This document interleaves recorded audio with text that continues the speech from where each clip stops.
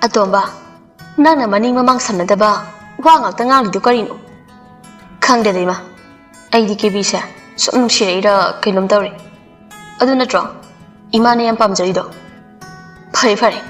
Nang si ima gi mayokta leiriba natro. Aina kaitawba ngame habado, yengu ko nang. Hoi, ready da leire. Phajabidu sauna imungda sangkhre. Biba matanta noklaga lehori.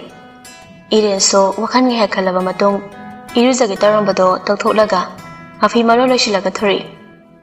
Bibadi ngasai dege mangolda famlaga mamanaba amaga wari sanaduna leiribanina irena thorakpada ure.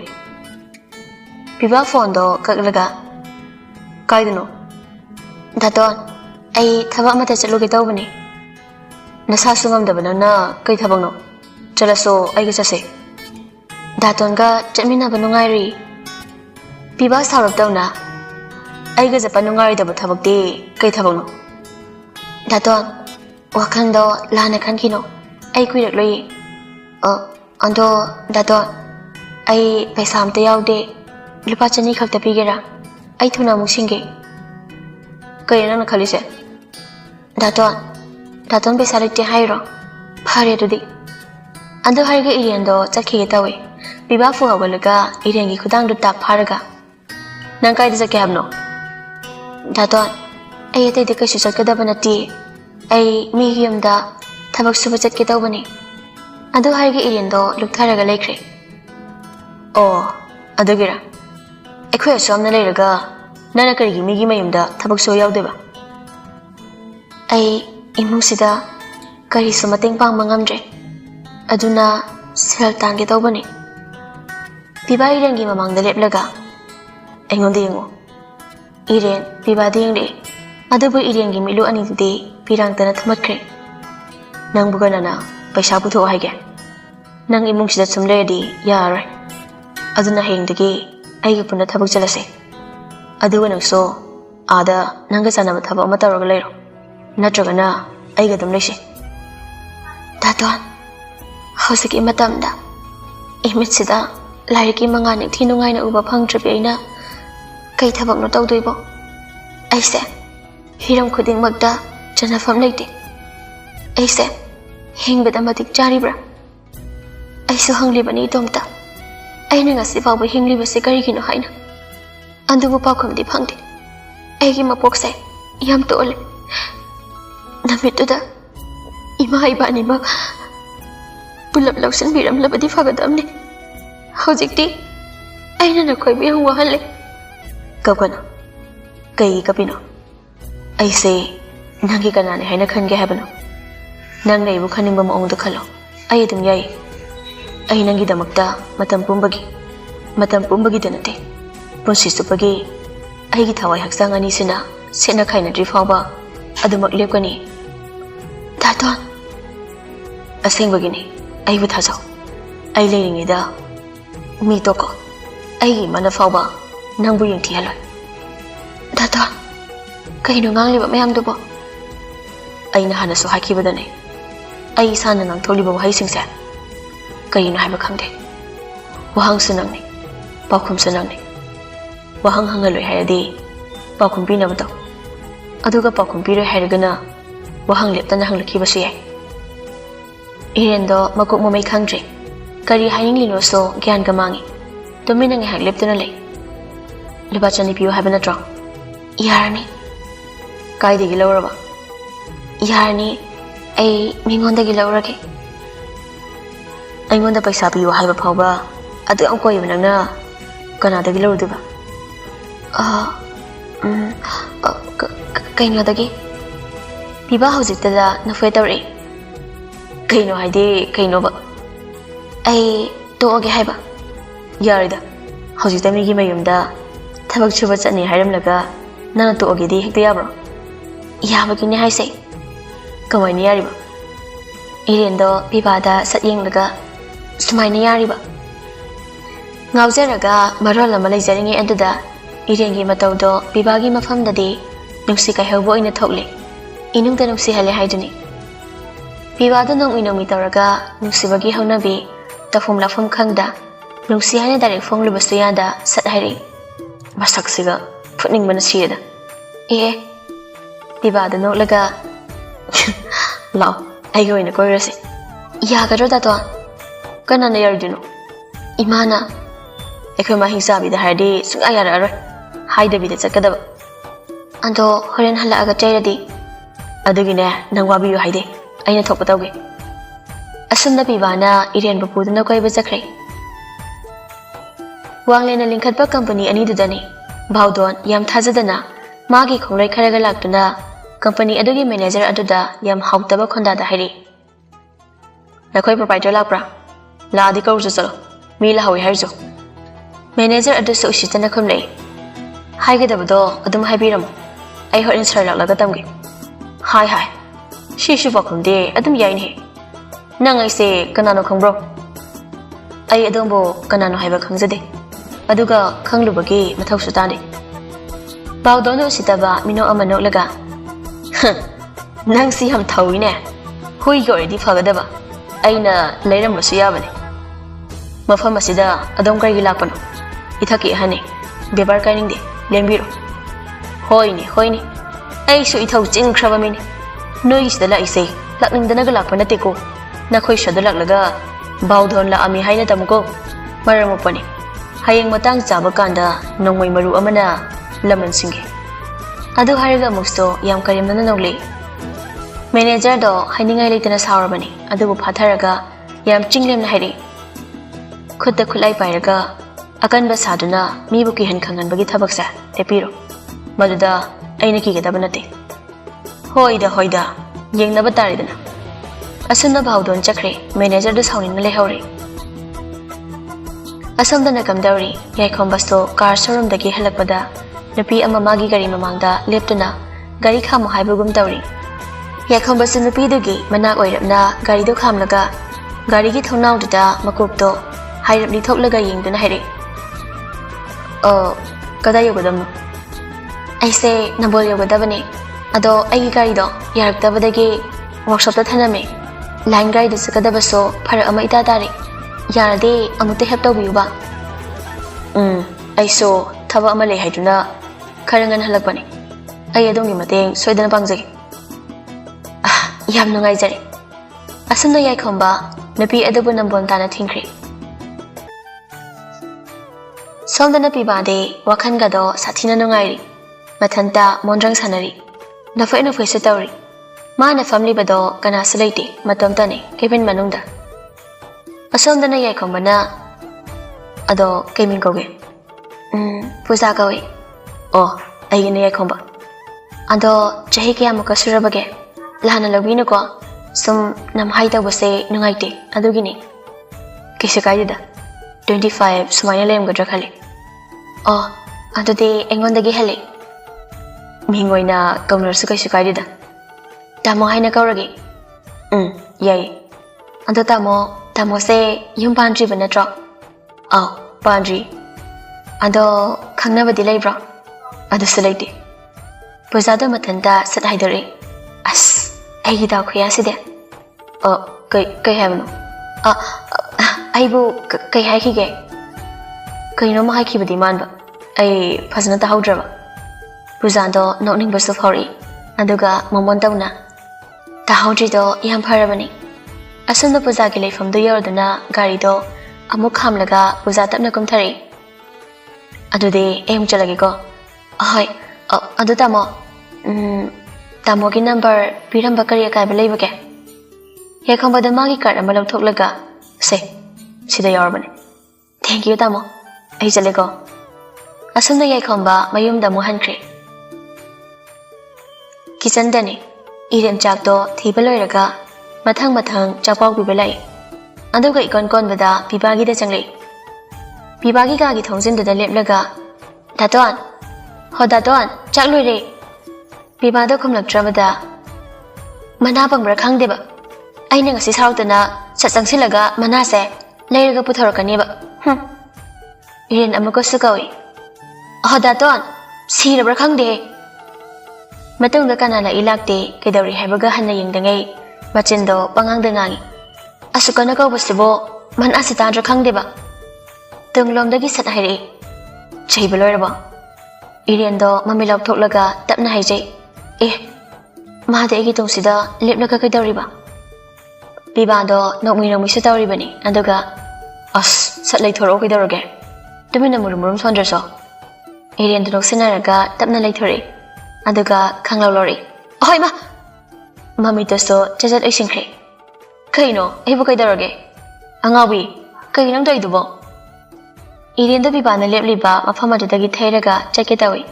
Aduga bibana oina Iriendo magi karomda satsingkhre.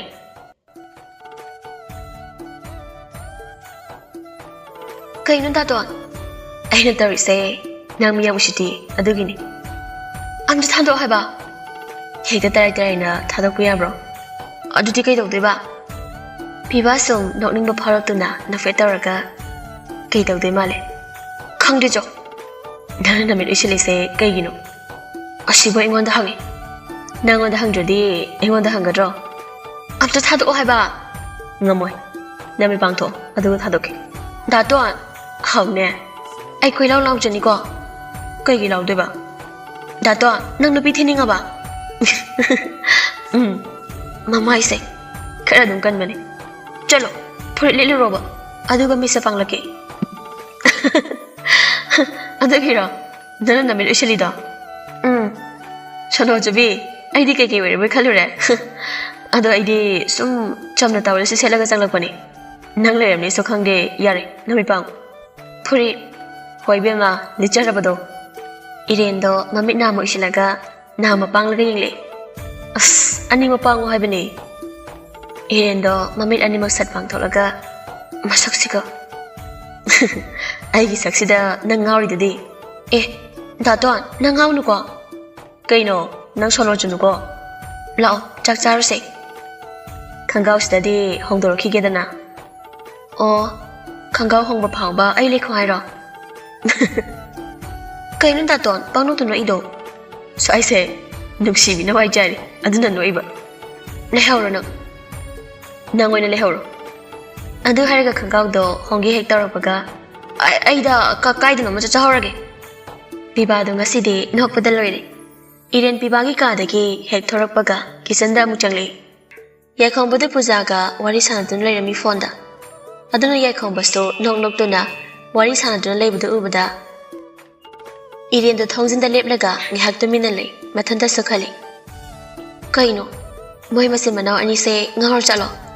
Asomdana manaw nupando nokpada maya chungtho hawdore. Somdana mayamba sina nokpada mayada haingjangba phawba khangdre. Pelabanida. Asumna leptuna leiringe adunda fazabido kisanda salakpani. Irienna thongjinda leplaga leirambadda. Hey, kai hurange ni yengino. Irien su khangbai kai boy tawraga sasathui. Hayune, kai hurange tawrino. Janingba thakningba leiraso lona chandraso phongna dum chawne. Huran biside. Yakhongbasu mamana nganglibadu taraduna phone satke aduga kai tawrima. Masigi nupi se kari huralaga chagi haino khangde. Thongjin sida lumduna leiramini. Ima, wakhando onare. Machan, nangdi kaigi thongjinda lepliba. Dada wari sanabadada aisangla adi wari kayani khanduna thongjinda leplaga dadana wari sanarido loiba ngaibani. Kaya danu yengune. Wari sanaba loiba ngaibabu karigi septha yengdoribano. Tanjadada pibado sangle. Kaidabu yorima. Ho imung se huran bilai re. Kai pot mangkrage khoige. Yakhongmana marak thalaga. Now. Imana sum pangangang lini. Jak tum chana badorshlo. Karigi pangangang bano. Haujik ta huran dagi tawaramido. Haibige tajo. Imung se huran si thita phom nate. Huran ge hairagana nogi nama asibadugi managda satlaga huraluro. Biba yakhongba anidi chapmanana ima. Irien su ngasai makhaidi kemta khallude. Adubu mama palakpa mikuptudadi thingamdraba pirangsing maning tamna sintharakle. Chalo nasaktu yeningde. Asomna fazabido magi jak sarukto puraga magi karamda changkhre. Machan nang kapano.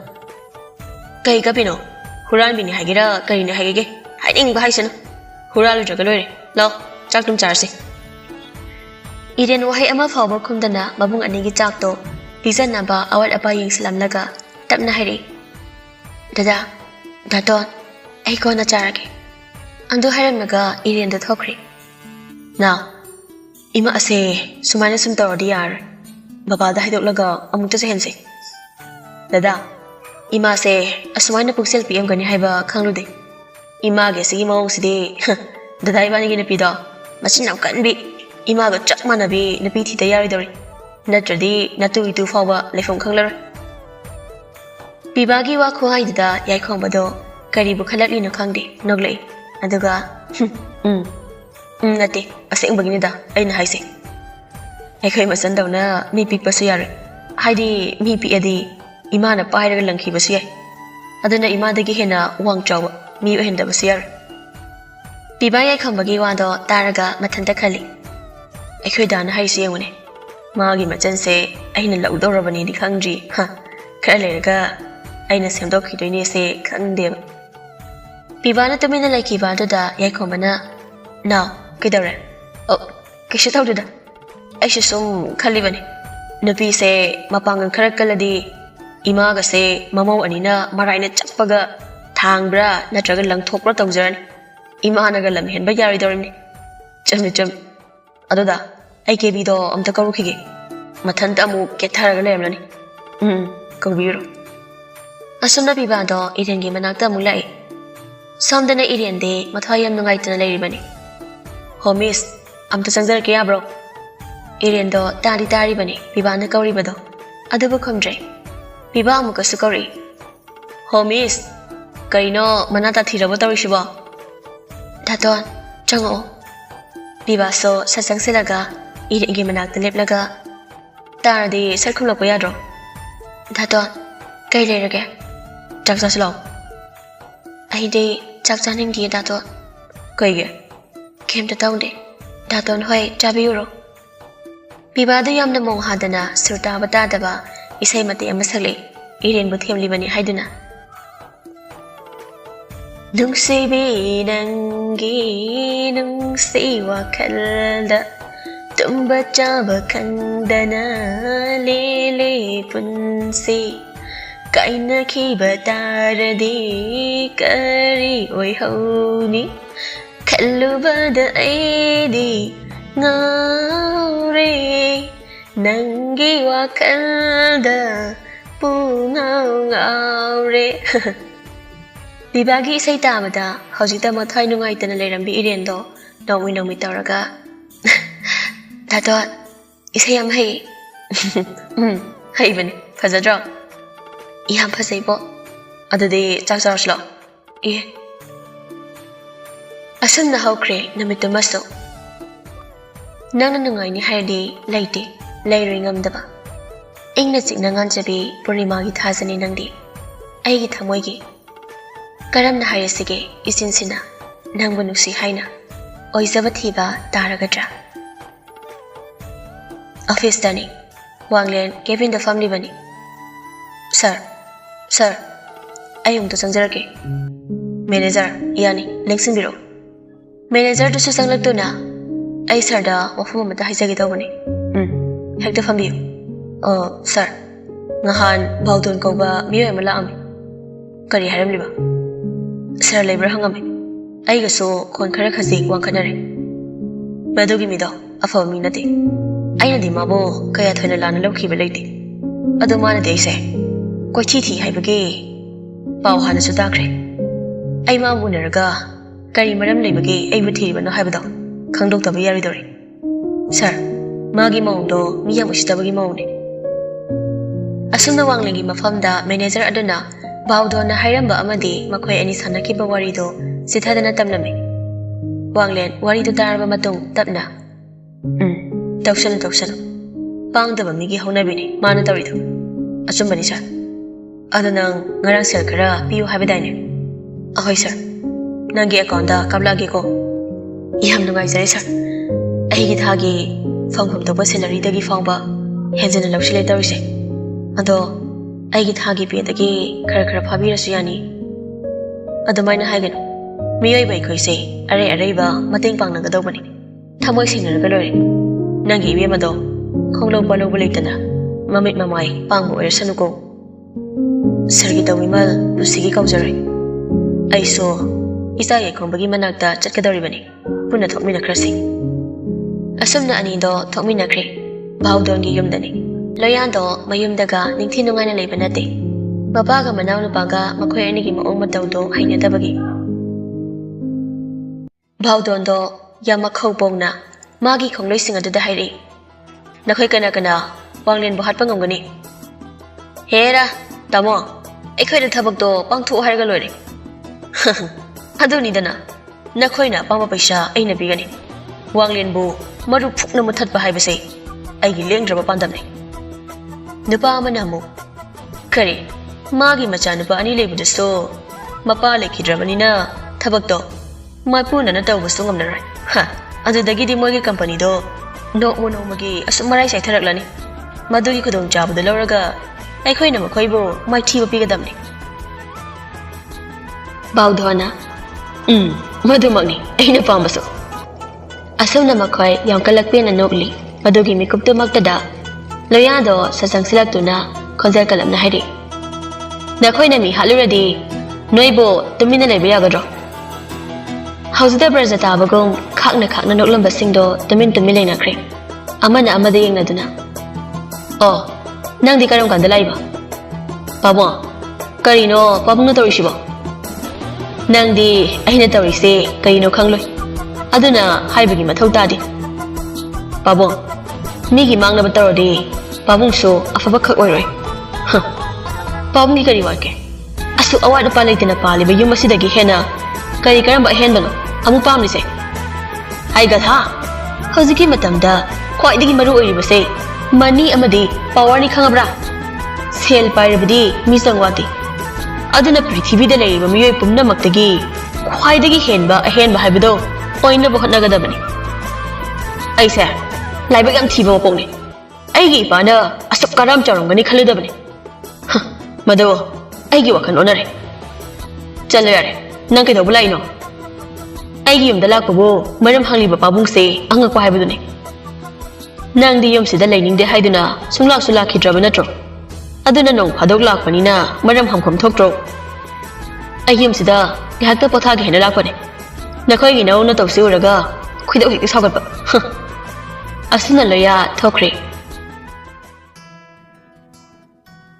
ꯅꯨꯃꯤꯗꯥꯡꯒꯤ ꯃꯇꯝꯅꯤ ꯃꯤ ꯂꯣꯏꯅ ꯇꯨꯝꯕ ꯍꯤꯞꯄ ꯆꯪꯅꯕ ꯃꯇꯝꯅꯤ ꯑꯗꯨꯕꯨ ꯏꯔꯦꯟꯗꯤ ꯇꯨꯝꯗ꯭ꯔꯤꯕꯅꯤ ꯌꯥꯏꯈꯣꯝꯕꯁꯨ ꯉꯟꯇꯥ ꯍꯜꯂꯛꯇꯨꯅ ꯃꯥꯒꯤ ꯀꯥꯗ ꯆꯪꯈ꯭ꯔꯕꯅꯤ ꯑꯗꯨꯒ ꯋꯥꯡꯂꯦꯟꯒ ꯐꯖꯕꯤꯒꯁꯨ ꯇꯨꯝꯈ꯭ꯔꯦ ꯑꯗꯨꯕꯨ ꯏꯔꯦꯟꯗꯤ ꯇꯨꯝꯕꯒꯤ ꯃꯍꯨꯠꯇ ꯃꯥꯡꯒꯣꯜꯗ ꯐꯝꯂꯒ ꯄꯤꯕꯥ ꯍꯜꯂꯛꯄ ꯉꯥꯏꯅ ꯉꯥꯏꯅ ꯀꯅꯥꯒꯨꯝꯕ ꯑꯃꯒꯤ SMS ꯊꯥꯅꯔꯤ ꯑꯁꯨꯝꯅ ꯃꯇꯝ ꯉꯥꯏꯍꯥꯛ ꯍꯧꯖꯤꯟꯈ꯭ꯔꯦ ꯄꯨꯡꯁꯨ 11 ꯇꯥꯔꯛꯂꯤ ꯏꯔꯦꯟꯁꯨ SMS ꯉꯥꯏꯍꯥꯛ ꯊꯥꯅꯔꯝꯂꯒ ꯇꯨꯝꯂꯒꯦ ꯍꯥꯏꯗꯨꯅ SMSꯇꯣ ꯊꯥꯕ ꯂꯣꯏꯁꯤꯜꯂꯝꯂꯒ ꯃꯈꯨꯠꯇ ꯐꯣꯟꯗꯣ ꯄꯥꯏꯗꯨꯅ ꯁꯨꯝ ꯐꯝꯂꯤꯕꯅꯤ ꯃꯥꯁꯨ ꯋꯥꯜꯗꯨꯗ ꯉꯥꯊꯔꯒ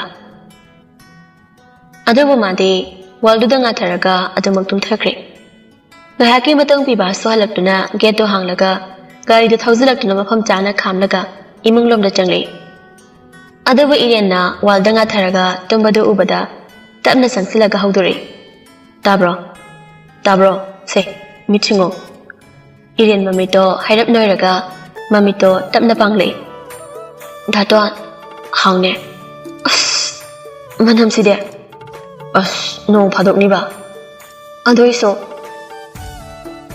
ꯄꯤꯕꯥꯗꯣ ꯏꯔꯦꯟꯕꯨ ꯌꯥꯝ ꯅꯨꯡꯁꯤꯅ ꯌꯦꯡꯂꯒ ꯅꯣꯡ ꯐꯥꯗꯣꯛ ꯑꯣꯏꯔꯁꯨ ꯊꯛꯀꯅꯨ ꯍꯥꯏꯔꯕ ꯊꯛꯀꯅꯨ ꯍꯣꯏꯕ ꯊꯛꯑꯔꯣꯏꯕ ꯂꯥꯛꯑꯣ ꯇꯨꯝꯃꯨꯔꯣ ꯆꯥꯛꯇꯤ ꯑꯩꯁꯨ ꯈꯨꯠ ꯄꯥꯜꯂꯦ ꯑꯗꯨꯅ ꯑꯩ ꯊꯣꯛꯄ ꯇꯧꯔꯒꯦ ꯌꯥꯔꯣꯏ ꯀꯩꯒꯤ ꯃꯤ ꯉꯁꯥꯏꯗꯒꯤ ꯇꯨꯝꯗꯒꯩ ꯉꯥꯏꯔꯒ ꯑꯗꯣ ꯀꯩꯗꯧꯁꯦ ꯍꯥꯏꯅꯣꯕ ꯑꯁ ꯗꯥꯇꯣꯟ ꯀꯩꯝ ꯇꯧꯔꯣꯏꯕ ꯆꯥꯛ ꯍꯥꯟꯅ ꯆꯥꯔꯨ ꯂꯥꯛꯑꯣꯕ ꯑꯗꯨ ꯍꯥꯏꯔꯒ ꯏꯔꯦꯟꯅ ꯄꯤꯕꯥꯒꯤ ꯃꯈꯨꯠꯇ ꯄꯥꯏꯔꯒ ꯁꯠ ꯆꯤꯡꯉꯤ ꯁꯤꯗꯤ ꯌꯥꯝ ꯀꯜꯂꯤꯅ ꯏꯔꯦꯟ ꯅꯣꯛꯃꯤ ꯇꯧꯔꯒ ꯇꯟꯖꯥꯅꯅꯦ ꯏꯕꯨꯡꯉꯣ ꯄꯤꯕꯥꯁꯨ ꯅꯣꯛꯃꯤ ꯇꯧꯔꯒ ꯑꯁꯦꯡꯕ꯭ꯔꯥ ꯏꯕꯦꯝꯃ ꯑꯁꯨꯝꯅ ꯑꯅꯤꯗꯣ ꯄꯨꯟꯅ ꯆꯪꯃꯤꯟꯅꯔꯛꯏ ꯏꯃꯨꯡ ꯌꯧꯔꯗꯨꯅ ꯄꯤꯕꯥꯅ ꯀꯦꯕꯤ ꯅꯪꯁꯦ ꯑꯩ ꯀꯩꯗꯧꯔꯒꯦ ꯀꯩꯁꯨ ꯅꯠꯇꯦ ꯑꯩ ꯐꯤꯁꯤ ꯍꯣꯡꯂꯨꯈꯤꯒꯦ ꯑꯗꯨꯒ ꯋꯥꯁꯔꯨꯝꯗ ꯆꯪꯂꯨꯈꯤꯒꯦꯀꯣ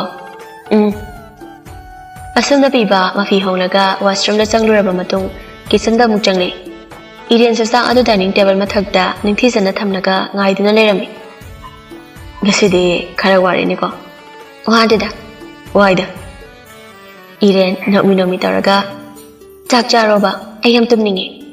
Masina Tumloro Suyandi. Tatuan, how? Charo Haiba, Hoi Haiba. Asuna Pibaso, Chak Jaramatung, Tapnahiri. Tumurashira. Law. Taton so Tumuroko. Ngamoy, itom tumba. Kaino, itom tumba tali haba. Naside kokso amchi. Agi kokse karanambiyo. Oh, pila bani dai. Pibada sausinaraga. Oh, ay siyam yela bana tro. Fari, yari tumuro. As, adugi na teba dato. Pibada fuhawalaga tsakige tawi. Iren, pibagi kudang do tap haraga. Kahino pano kangde, magsawdo sawine. Yari tumuro. Adu haraga pibando nakanda mamay dilay tholaga nui. Chalo, tumuro si. Asing bugyan. Hoy. Ani de puna sang minari. Aduga pibado hiplaga irena pibagi makokta namboy kay bitauraga layri. Ngahaki matong irendo waraduna mathanta mamito tamna usinkiduna pibagi famungduda oina hipthakre. Piba sa irena tuminalay kibando da kaidarabano kanna hairap yinglay. Adabu irende tamlaga layramne. Nangse. Ontok na sunungsi. Ngasidi nangse. Ahigi imisip yan na yung zagi ko. Asum na pibaso tongkri. Noongan pungan tarakpada irendo mikap tholakpani. Adabu piba na mangonda hairap ko laga tumlaga layrambado da kangba kay pitaraga puhawalaga. Daton. Kaino yung tawag sibo? Pibaso na mikap thori. Anduga kaino me. Ay di sida atumtumla ba? Kay daroge. Oh, ay di ba? May nauraga. Ayam talida. Kanaw dawrige. Tummo haraga. Irendo amugasto haizuo kariba dawraka sachin kharaga hifale. Kaino dawri sibo? Bibado irengi machindo satmen salaga makhutto machinda thamnaga. Iren haizu manungduda mami taru panglaga. Dato langano. Ay nangonda kemda tawdi. Tawsi tawre. Tumintum. Iren su hoy haibagum tamina laikre. Nong pungan ngankre. Iren su hawatuna tabak lusin bahawkre. Pibadi dum hiplaga lehawri bani tabak lore mamatung cha amuk lon balore duna cha piba amuk changlay. Ima hoygidi. Pirame. Nangdi. Ay di takning di yare. Dato nangarang dagi ngawa henjilabra kainum tawre ko. Mga nga halaga. Tut. Ayo. Irendo amukaso subat salai. Pibadi irengi matawdo da nuksibana longda tari haido hek yawi. Nang nupa koy biyari ko. Adudi ay se liraga sumlayro hayro. Leheloy. Datoan ay yung palay da. Ay di sumlay saraga laydoy ni. Datagi nupi anduga datongi nupi inama anigi mateng panglaga. Piba matanda soli. Inama aniga ini. Hauzik kupak na lukham doza shetharadi nana bol kam neba. Daton kaidarogi murum solido. Ay bukari hakige. Laisa horo ay thoksakrage. Ado haram naga iren thokre. Piba matanda noklaga lehore. Yakhambado ngasidi masando hainingari tananali aduga wakanso tayang tasoyni. Masira thamoida nusiyening chonglakpa haibado. Da kaisa toino. Biyama unarugi tawbani. Nuparo nupiro. Kaigino. Nupi oirdi actually ke hagi taw. He sidi nang yaw manungay. Kaigino da masak yengi tawbani. Masak phajadeba aduna ikai bagini.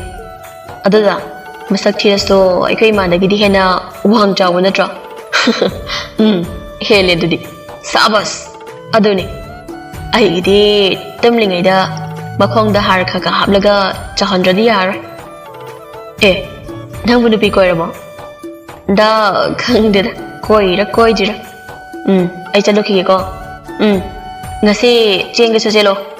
Na kan ton yang ngangnu ko. Piba du noklaga lehore. Pungza kharagi matong garden amadani yakhombaga puja ga do famduna wari sanari. Tamo nagi salama lai haido kayam chawrake. Laisabi fare. Oh, adudi kharale di mayumpan ke harik lani. Mabu nungsijaba misak lerdi pangi haraso panjakisano. Aidi ichana mayum hek pandri fawba nupi thiroi. Adudi kaigino? Nang maramda kona khanglakani. Hauji haiba kaidauge? Kaisumgi nateba. Ado tama aise ekhoi mana lohonglani hai. Yam phare ne jude. Ima hoina haibelo. Pujado mathanta khali. Aina manu siri sidi khangdriba. Aduga ai lohonglani hairaga yam phare kaino. Adamna mathanta sumkhalambadagi khonjal thokna salhaidori. Mi yam funingida. Yakhawada na fetore aduga kanagi mina funingi ba. Lai mi ama yam khaksina dabrabune gala do pairaga ne thok nikane ba hojik. Yakhawbade ba men tadre. Pujado mathanta anghaw bidawna amukso khonjen thokna maningtamna nolei. Yakhawbana sere kai noi mi mamangsida ngawrba khangde. Puja naklambado chapleplaga aise lemge tawraga hekta yadaba. Phare chalase. Hojita phamda ngairi aduga chalase haidi kaino. Nang lohongdore haidudi mina uraga lana lobikhini. Adunabu hena phare lohongba toknaba. Nangga wari sabase kokse kainum toy koi. Kokto chake tawbra. Yakhawbada famlambadagi pukhawalaga ho chake tawbuga nate asengbagi chai. Pujado noklaga good anduni dana. Asama yakhawbaso pujabu mayumda theluraga maso mayumlamda muhankre. Loya banki office timing ni aduna magi rumda famlaga karigumba khara yenglaga file singdo mathang longkhatuna muthami. Karina tawrisibo manager sina. Asukna masenfam se arembada mangma taradro. Asunda wakhan khalingaida magi phone ring lai. Loya slafi inglaga phone pai khali. Hello, good morning. Phone tarli binupi aduna. Good morning sir. Chak sarba. Sanjida ado sardi. Aishu sadri. Kaige. Ai sak sabagi timing khara wali aduna ne. Kidaramino. Ai khweda da chak sahawri. Adugi ai kada sum phamlaga sarda call tawrani. Mabung ningbi machani dana. Aduna awat apa khara hangbi yadra. Loina hangami. Very good. Ado thabak sinbra. Chindada. Aidi thabak siladi phone se thamlage hage tawba. Angang na khupak jani. Me unase haibasu yade video call torke haibasu yade kaigino banana. Aina haibawa ama fawa yadrido. Adabura ahi saksa yam thiye. Aduna sarne he uba maktada wantha khrani dawbani. Nang buthi haibadi kanana hariba. Ekhweda tona adonangi mingse jeri kaurisi kaigino. Andabura aise angang oiringaida siasa macet selaga chai hai adugi kaurini tawramne mathong chadabdo. Ada sir ai dada sak tokre ai thamage ko. Hoi Loya phone do hek thamkibaga nakwesu tawi aduga tapna haijai. Ai de nangi leifam su khangde naming su khangde. Nan hayu maphamduna asengba oiraga karigi ai laki yandriba. Nasa ubasu nataba sida sagatkre. Aigi wakhande asa kya. Asomdana iriendo kon phengba loibaga mamaido satlai thorakpada piba leptuna leirami. Ima dato khangine solo chubinina nangdi tawni. Peso paisinga tarakano dasin bando soire. Aigi simbasna kadarage nangonda. Piba mamito hairab isilaga pisumani da suksilaga keba. Taret makhaygi paudo anirak handabane. Nangi se miyang usitabagi wani ne. Aingonda nang hekta haibaga mine. Kahino dato adu yamna ikari duna. Nang nupa koirabo. Koi juda. Koi diyam koi ninge. Nupa amta laite. Kamay tawduno khangde. Kaya dunu yengune. Ay asingwagi koi gitaw banateba. Sumbita ama khanglagi tawbani. Piba do khoidaw sagat pada loire. Nang nupa yang pambro? Pame. Oh, nang gise. Kayo na to. Masalamada mabunga man hang bayaba yadaba wali bane. Aduda tonde aduga kemta khangdangai sum hangi. Aduda iso sum chamtakna pakhompi bane. Sida kai kaige. Nangbo aiga pokmina bro. Kanana haino nangse aigi sanena. Hauzikta atiyada thokpa thasugum manganai na noklamba irengi maithongdo khanghaudana manglakpa amangba nongna khanjinkhibagum maruluk tharaga milu pirang ihona haida aigambi amambu kanana mimangda machini hainingdoino nate dhatonse aigi ibung nate aidi lamja sarane hawrafam phawba khangdabi lamja sara adu hairaga irendo kable kayuno haidubo se sida famu ai wa haige asumna pibana irenbo makhut paiduna chingsilaga dining chair famalaga irengi hek mamangmaktada pibado khuda kunna phami aduga nangna lan lawkre aina haibade nanga iga sagai supunde aduga imai pasu punbanate sida kamaina ichinupa oidoino aduda haikibani nangla na lawganu irendu wahai amata khumde nangna damaina nunghai lebdo ai nunghai tise kapkanu adu hairaga irengi mikipido tamna taithopire anadi daton ai sikari ni haina khanbage ai buna chani haina khande hairabanina haige nang han lolo irendu pibada tamna yengle adubu pibade hanadagi irenda yengduna leiribanina iren hek yenglakpaga develop tawba khonjada nang deibo nangi nabungni haina adum khanma ngamnatra daton aidi daton bo pokminaba ibungni haina khale nangna ibo nabungni khanma ngamlaso aidi ngamla nangsa aigi isani haina khanba daton chalo nangi kada potharo daton oina potharo asamna anido magi kada changkhre iren sumagi ka hek yobaga chanai ramba wakhanna fubangnari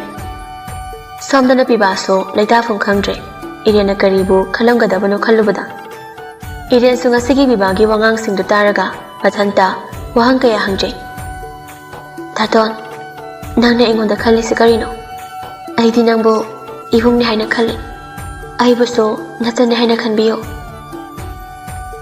asumna namit kharani haujingkhre lambidani wanglengi garigi hek mamangmaktada masak khangdaba miyoi anina nawmaina kapsilei aduga gari duda tongliba wanglen yaikhomba amadi pibani miyoi ani do mamai soroina khumjile masak khangba ngamde aduga miyoi ani ado nawmaido amu ani ra kapsilamlaga makhoina tharakliba car adugi thongnawi class ado sachingkhalaga yangna thaukhre mapa macha makhoi ahumna tongliba gari adugi driver na pibani pibasunga haktang dudi kyan gamangi aduga lambi aduda chaliba manangnak pamiyoi sing adusto nawai makhon tabada kuyeng yengnaribani ekhoi yamdhalase kaigina baba kaigino nachani na babagi leplingaida karigi wari bano babagi yai babagi tomba horen yum yoraga wari sanarse nasidi baba na haibi ilu na yamdhalase pibasu gari do mamai le thoraklaga mayum ramda amuk thorakle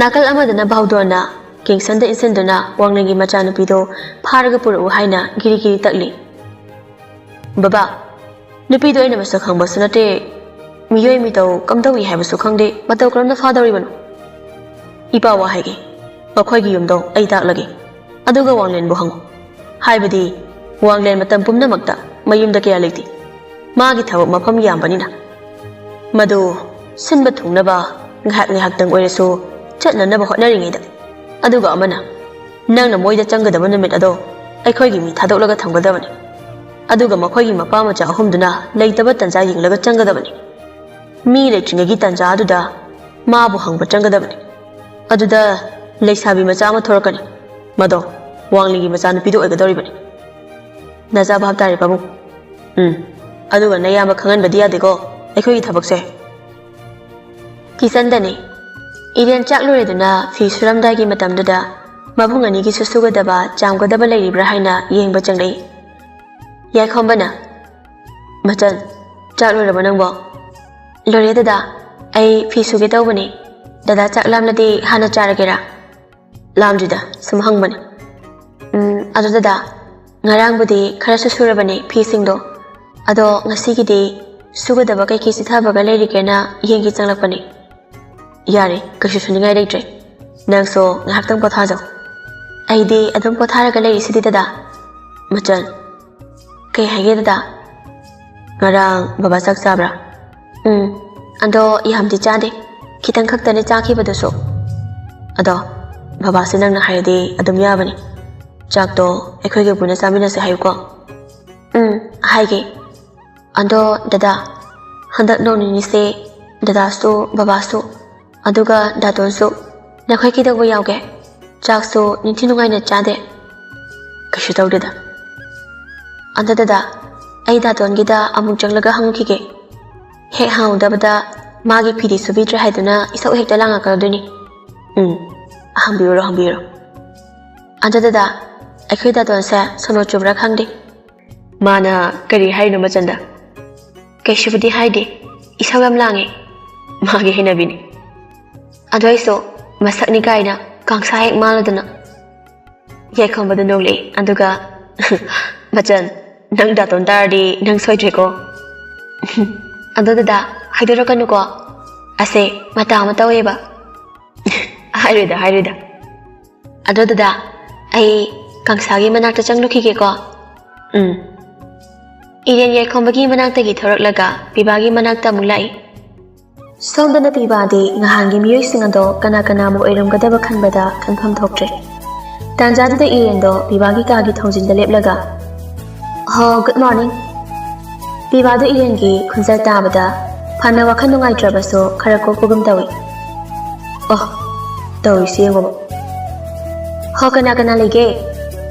Kaino ayuksida adam charang khoyang nai dubo. Adubura somda nusiba ama singsingkhre. Adu branggi tawbani. Piba hitlambadagi phug hawalaga magi kagi thongdo hangdoklaga Iriangi manakta satleplaga uhawi sida leiri. Kaidano sida Irianna kadai haini yelakpa matamda pibagi makutto magi thamoi mapaduda thillaga leirami. Nakmi tawraga Iriando piba yamna singlemna amuka sahari magi thamoi mapaduda makutna thillaga sida leirise udraba. Dato hao kokongadi setatli. Adam yabani. Ando fi sugdaba leiribra ai suringaida suhaurage. Fi subaga lari warimta sanase. Adu hairaga pibana Iriangi makutta pairaga chingduna puraklaga magi famungduda famali. Aduga mana makhada khongai chalaga amuk fami. Ai thabayam yame haiba. Pibadi Irian ngangido thawaina dasinadre. Sidagi haktang leibase kidauge. Ai thabayam lei haiba. Nambu thabak tawbiyo haibra. Aina tawdradi kanang tawdawrige. Airina tawge. Yarani he yamna. Kanana yaridiba. Yani khangdana harini.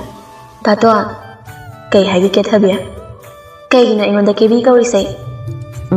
Naksa angang warikanda yam kesinai adugi. Aiba hoine. Keramani he. Yam ke khazane. Nangi hakan changbada babanaga ingondane yam chekhijane. Ado saunuko dato aidi nemalamta tadre. Aine hek ningsingba haibabu ima lekhidaba numituda aisa yumsida laki haibasimadi phajana ningsingi.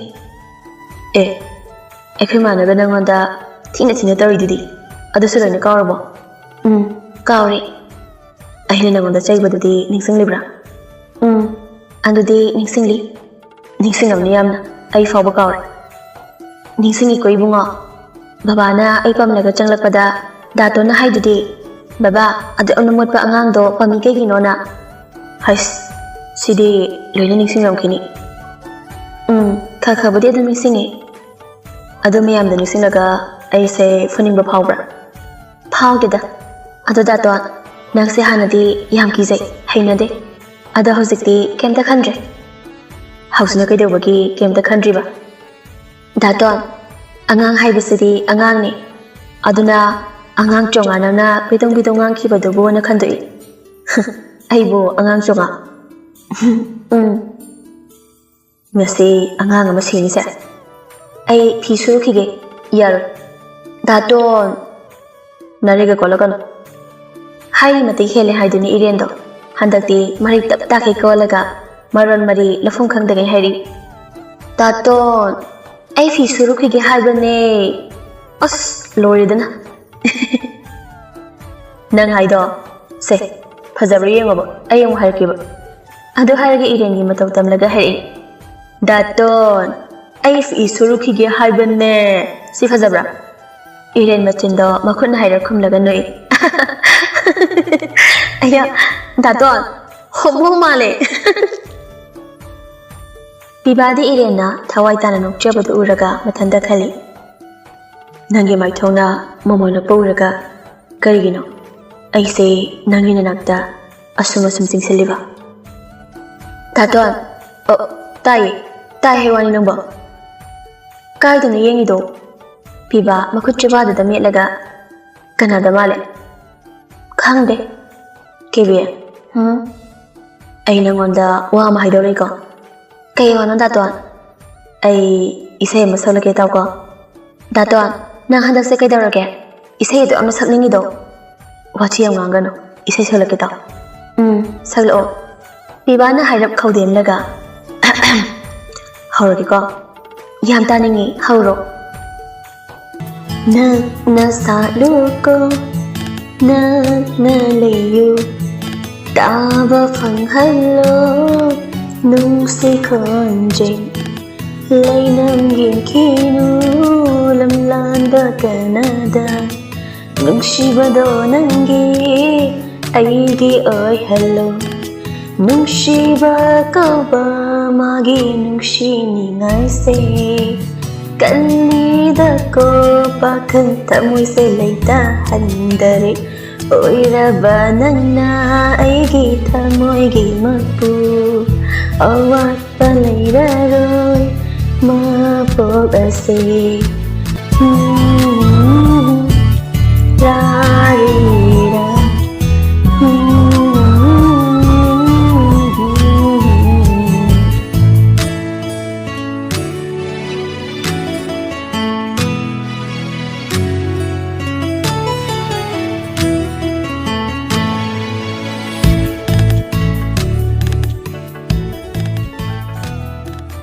Isai do mate ama saklaga bibana fazabra daton nang si isayam haye khangdada handakti isayam sakningi pakhang parapagine aiso pakhang phare nangso lesabi phare ko ado aidi khara wali watre koi bema hoida aiso lesabi phare napa koi ningi phare na napa yang koi ningma male ai koi ni penersi irenda fo hogalaga dato nang sono sono ko ai da thok sakrari ando harage irendo thokre mase tanaraga nusi hairuni ko namidangi matamne wanglendo machanapa ani bo manakta kausilaga makhoi ahum wari sanari ipana yam chingnaba mi amale baba nasa singda hekta khangan biyo bawdon kauba mayoi amana aibu hangi haibse khangba kuirabani pibana baba kai maramge ai shi maramdu khangde mi amana mi amabo maram leitana hangba yaba misa ado ai ne khangba mi ai egadra ai shoidana taki mapa macha ahumdo wari sanaba loredana magi kada tumba sangnakre madugi matong nomoni leiraga namidang wairumgi matamdo iren sumangda hauriba leisingdo ising saiduna leiri Fazabisu mangolda famlaga leirambadagi imungda changkre iren leisingdo ising chaiba loirakanda imungda changi hek tawbaga makhoigi gate lomdagi kauri yumsibo mi leibra kana oirjano kaurakliba midaso amuka hana gate amta hangbiyo iren su gate tamna laktuna gate to tamna hangdolaga yani hekta lengsanbiro napadu gate gi manungda changsilaktuna aise proprietor wangne unasagi tawani leki bro ai kai baba di lekti yani hekta haibiramo ai baba la aga tamjage ai kona la age ahai ꯑꯩ ꯐꯤꯗꯥꯁꯦ ꯂꯧꯊꯣꯛꯂꯨꯗ꯭ꯔꯦ ꯇꯧꯔꯤꯁꯦ ꯌꯥꯅꯤ ꯀꯩꯁꯨ ꯀꯥꯏꯗꯦ ꯑꯗꯣ ꯅꯪꯒꯤ ꯅꯝꯕꯔꯗꯣ ꯑꯃꯨꯛꯇ ꯄꯤꯕꯤꯌꯨ ꯍꯣꯔꯦꯟ ꯑꯩ ꯀꯣꯜ ꯇꯧꯖꯒꯦ ꯑꯗꯨꯒ ꯄ꯭ꯔꯣꯄꯥꯏꯇꯔ ꯁꯔꯒ ꯋꯥꯔꯤ ꯑꯃꯨꯛꯇ ꯁꯥꯟꯅꯖꯒꯦ ꯏꯔꯦꯟꯗꯤ ꯏꯆꯝ ꯆꯝꯅ ꯃꯥꯒꯤ ꯅꯝꯕꯔꯗꯣ ꯄꯤꯊꯣꯛꯈ꯭ꯔꯦ ꯌꯥꯝ ꯅꯨꯡꯉꯥꯏꯖꯔꯦ ꯑꯗꯨꯗꯤ ꯑꯩ ꯑꯃꯨꯛ ꯆꯠꯂꯒꯦꯀꯣ ꯍꯣꯏ ꯌꯧꯕꯤꯌꯨꯔꯣ ꯑꯁꯨꯝꯅ ꯅꯨꯄꯥꯗꯣ ꯍꯦꯛ ꯆꯠꯈꯤꯕꯒ ꯏꯔꯦꯟꯗꯣ ꯒꯦꯠ ꯂꯣꯟꯁꯤꯜꯂꯝꯃꯒ ꯏꯃꯨꯡꯗ ꯆꯪꯂꯛꯄꯅꯤ ꯑꯗꯨꯕꯨ ꯐꯖꯕꯤꯅ ꯅꯥꯀꯟꯗꯒꯤ ꯁꯠ ꯍꯥꯏꯔꯛꯏ ꯅꯪꯗꯤ ꯌꯥꯝ ꯇꯧꯉꯝꯃꯤꯅ ꯏꯔꯦꯟꯁꯨ ꯆꯞ ꯂꯦꯞꯂꯒ ꯌꯦꯡꯂꯛꯏ ꯅꯪꯗꯤ ꯅꯨꯄꯥ ꯅꯍꯥꯒꯁꯤ ꯌꯨꯝꯁꯤꯗ ꯀꯧꯔꯒ ꯎꯅꯔꯤꯕ ꯑꯣꯏꯔꯦ ꯏꯃꯥ ꯍꯧꯖꯤꯛꯀꯤꯗꯣ ꯕꯕꯥ ꯋꯥꯗꯣ ꯍꯥꯏꯕ ꯂꯣꯏꯗ꯭ꯔꯤꯉꯩꯗ ꯐꯖꯕꯤꯅ ꯁꯠꯊꯠꯂꯒ ꯍꯦ ꯅꯆꯤꯟꯗꯣ ꯈꯨꯝꯂꯛꯀꯅꯨ ꯏꯔꯦꯟꯗꯣ ꯇꯨꯃꯤꯟꯅ ꯃꯔꯨ ꯂꯨꯞꯊꯔꯒ ꯂꯩꯈ꯭ꯔꯦ ꯑꯩ ꯋꯥ ꯍꯥꯏꯒꯦ ꯃꯨꯟꯅ ꯇꯥꯎ ꯍꯧꯖꯤꯛꯇꯤ ꯅꯪ ꯂꯩꯁꯥꯕꯤ ꯐꯥꯔꯦ ꯑꯗꯨꯅꯅꯦ ꯅꯁꯥꯅ ꯊꯣꯛꯄ ꯍꯤꯡꯅꯕꯒꯤ ꯂꯝꯕꯤ ꯊꯤꯈ꯭ꯔꯣ ꯌꯨꯝꯁꯤꯗꯒꯤ ꯅꯪ ꯆꯠꯈ꯭ꯔꯣ ꯏꯔꯦꯟ ꯃꯄꯤ ꯁꯤꯟꯊꯔꯛꯂꯤ ꯐꯖꯕꯤ ꯋꯥ ꯃꯈꯥ ꯑꯃꯨꯛ ꯇꯥꯔꯛꯏ ꯑꯩꯅ ꯍꯥꯏꯔꯤꯕꯁꯦ ꯍꯦꯛ ꯌꯥꯗ꯭ꯔꯕ ꯅꯪ ꯀꯌꯥ ꯅꯨꯡꯉꯥꯏꯔꯣꯏ ꯑꯗꯨꯒ ꯑꯃꯅ ꯑꯩꯅ ꯋꯥꯐꯝ ꯑꯁꯦ ꯅꯪꯉꯣꯟꯗ ꯍꯥꯏꯗꯨꯅ ꯑꯩꯒꯤ ꯏꯄꯨꯔꯣꯏꯕ ꯑꯃꯗꯤ ꯏꯆꯥꯅꯨꯄꯥ ꯑꯅꯤꯗꯁꯨ ꯇꯝꯕ ꯌꯥꯔꯣꯏ ꯏꯃꯥ ꯑꯩꯕꯨ ꯌꯨꯝꯁꯤꯗꯒꯤ ꯆꯠꯂꯒ ꯀꯗꯥꯏꯗ ꯂꯩꯔꯤꯆꯣ ꯍꯥꯏꯕꯅꯣ ꯃꯗꯨ ꯑꯩ ꯈꯪꯗꯦ ꯑꯩꯉꯣꯟꯗ ꯍꯪꯂꯛꯀꯅꯨ ꯏꯃꯥ ꯑꯩ ꯏꯃꯥꯗ ꯀꯔꯤ ꯁꯣꯏꯈꯤꯕ ꯂꯩꯗꯨꯅ ꯏꯃꯥꯅ ꯑꯩꯕꯨ ꯑꯁꯨꯛ ꯌꯦꯡꯊꯤꯔꯤꯕꯅꯣ ꯅꯆꯥꯒꯤ ꯏꯔꯥꯟꯁꯦ ꯀꯔꯤꯅꯣ ꯏꯃꯥ ꯅꯪꯒꯤ ꯅꯔꯥꯜ ꯍꯥꯏꯕꯕꯨ ꯅꯪꯅ ꯂꯨꯈꯥꯛꯀꯣꯝꯗꯒꯤ ꯍꯧꯔꯛꯄꯤ ꯑꯣꯏꯗꯨꯅ ꯂꯝꯖꯥ ꯁꯔꯥ ꯃꯆꯥ ꯑꯣꯏꯔꯨꯕꯗꯣ ꯅꯪꯒꯤ ꯅꯔꯥꯜꯅꯤ ꯏꯔꯦꯟꯗꯣ ꯀꯞꯂꯒ ꯃꯥꯒꯤ ꯀꯥꯗ ꯆꯪꯁꯤꯟꯈ꯭ꯔꯦ ꯑꯁꯨꯝꯅ ꯅꯨꯃꯤꯠꯇꯨꯁꯨ ꯍꯧꯈ꯭ꯔꯦ ꯑꯗꯨꯕꯨ ꯏꯔꯦꯟꯗꯤ ꯅꯤꯡꯊꯤ ꯅꯨꯡꯉꯥꯏꯅ ꯃꯥꯒꯤ ꯀꯥꯗꯒꯤ ꯊꯣꯔꯛꯇ꯭ꯔꯦ ꯄꯤꯕꯥꯁꯨ ꯍꯟꯗꯛ ꯃꯔꯛꯁꯦ ꯊꯕꯛ ꯑꯗꯨꯛꯀꯤ ꯃꯇꯤꯛ ꯆꯤꯟꯕꯅ ꯏꯔꯦꯟꯕꯨ ꯌꯦꯡꯁꯤꯟꯕꯒꯤ ꯃꯇꯝ ꯂꯩꯇ꯭ꯔꯦ ꯌꯥꯏꯈꯣꯝꯕꯁꯨꯅꯤ ꯑꯁꯣꯝꯗꯅ ꯂꯣꯌꯥ ꯃꯄꯥꯒꯤ ꯑꯔꯣꯟ ꯑꯊꯨꯞꯁꯤꯡ ꯌꯦꯡꯁꯤꯟꯅꯕ ꯃꯤ ꯊꯥꯗꯣꯛꯇꯨꯅ ꯊꯝꯈ꯭ꯔꯦ ꯑꯌꯨꯛꯀꯤ ꯃꯇꯝꯅꯤ ꯄꯤꯕꯥꯒ ꯌꯥꯏꯈꯣꯝꯕꯒꯗꯣ ꯑꯣꯐꯤꯁ ꯆꯠꯅꯅꯕ ꯂꯣꯏꯁꯤꯟꯕ ꯂꯣꯏꯔꯦ ꯑꯗꯨꯒ ꯏꯔꯦꯟꯁꯨ ꯃꯥꯒꯤ ꯅꯨꯡꯉꯥꯏꯇꯕ ꯄꯨꯝꯕ ꯂꯧꯁꯤꯜꯂꯒ ꯏꯃꯨꯡꯒꯤ ꯊꯕꯛ ꯂꯣꯏꯅ ꯇꯧꯔꯤ ꯏꯔꯦꯟꯗꯣ ꯃꯕꯨꯡ ꯑꯅꯤꯒꯤ ꯆꯥꯅꯕ ꯁꯦꯝꯕ ꯂꯣꯏꯔꯕꯅꯤ ꯄꯤꯕꯥꯁꯨ ꯌꯥꯏꯈꯣꯝꯕꯁꯨ ꯄꯨꯟꯅ ꯆꯪꯂꯛꯇꯨꯅ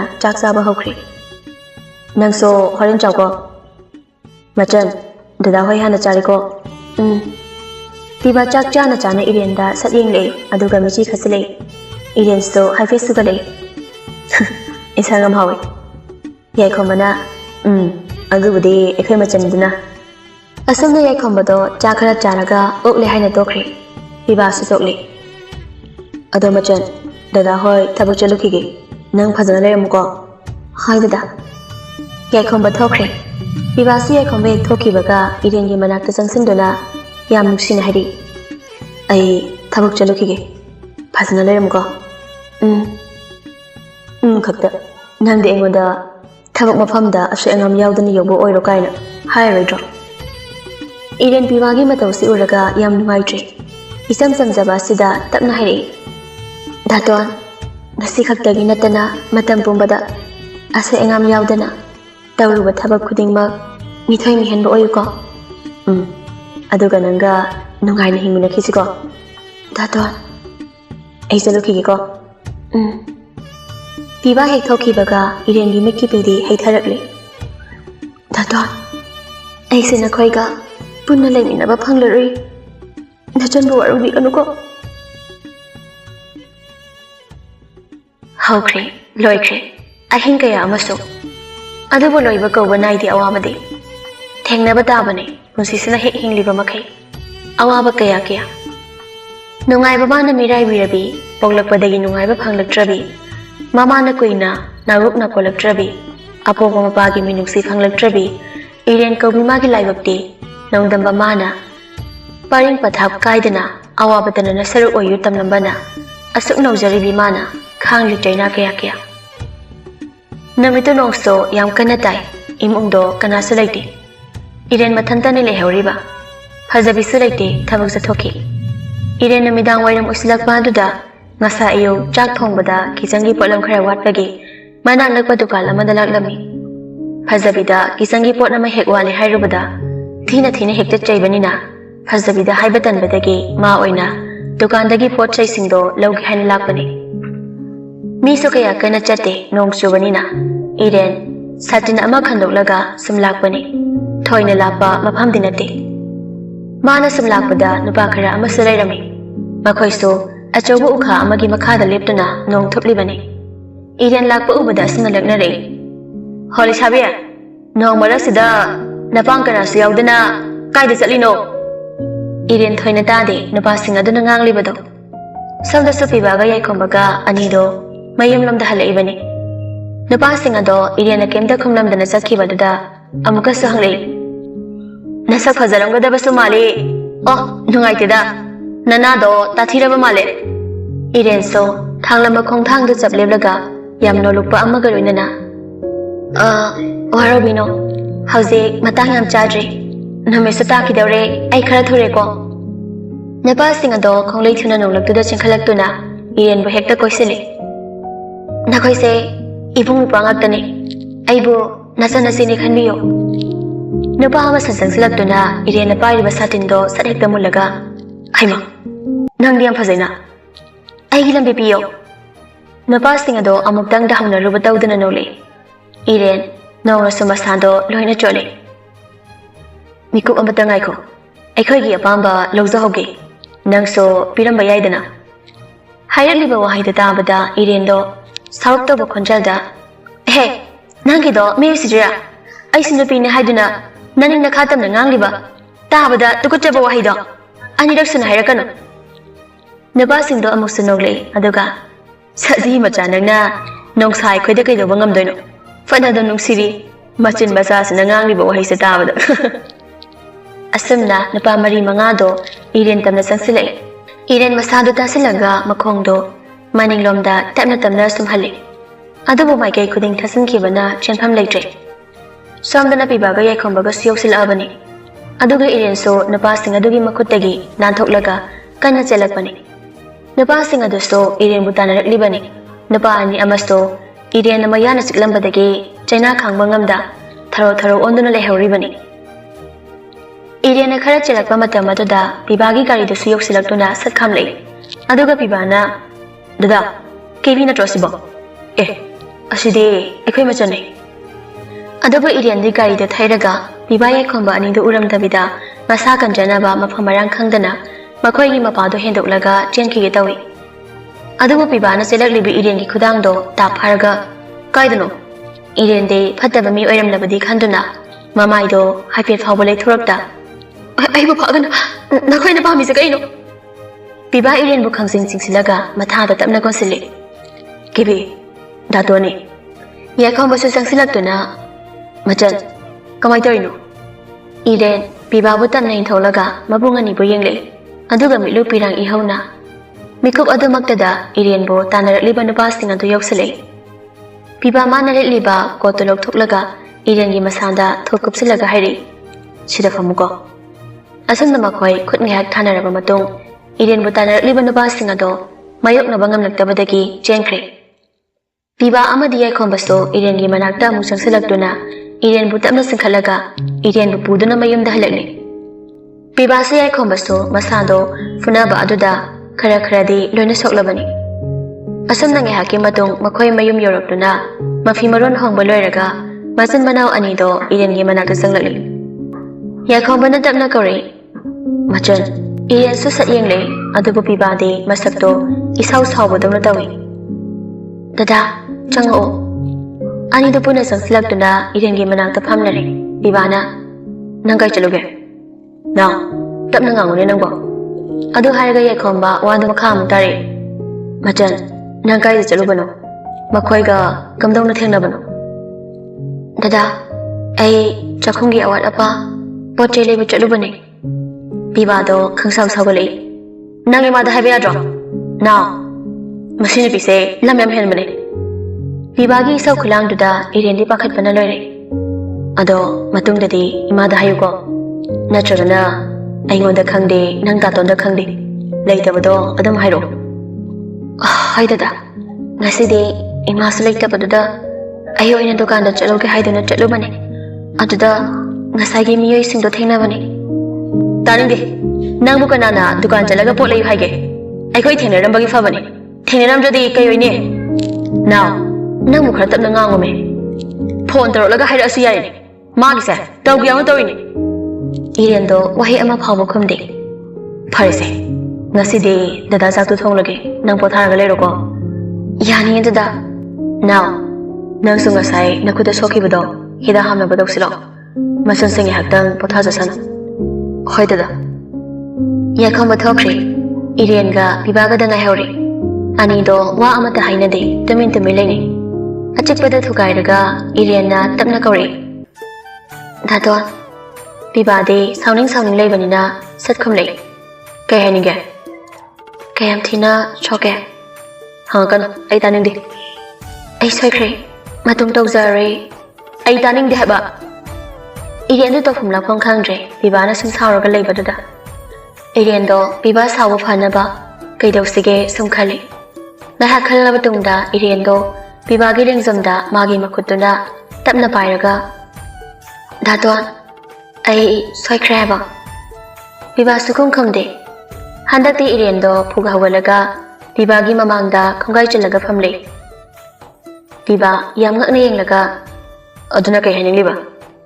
Irian do wahi amata khamdabida biba da yenglaga mamito jagup khapsili.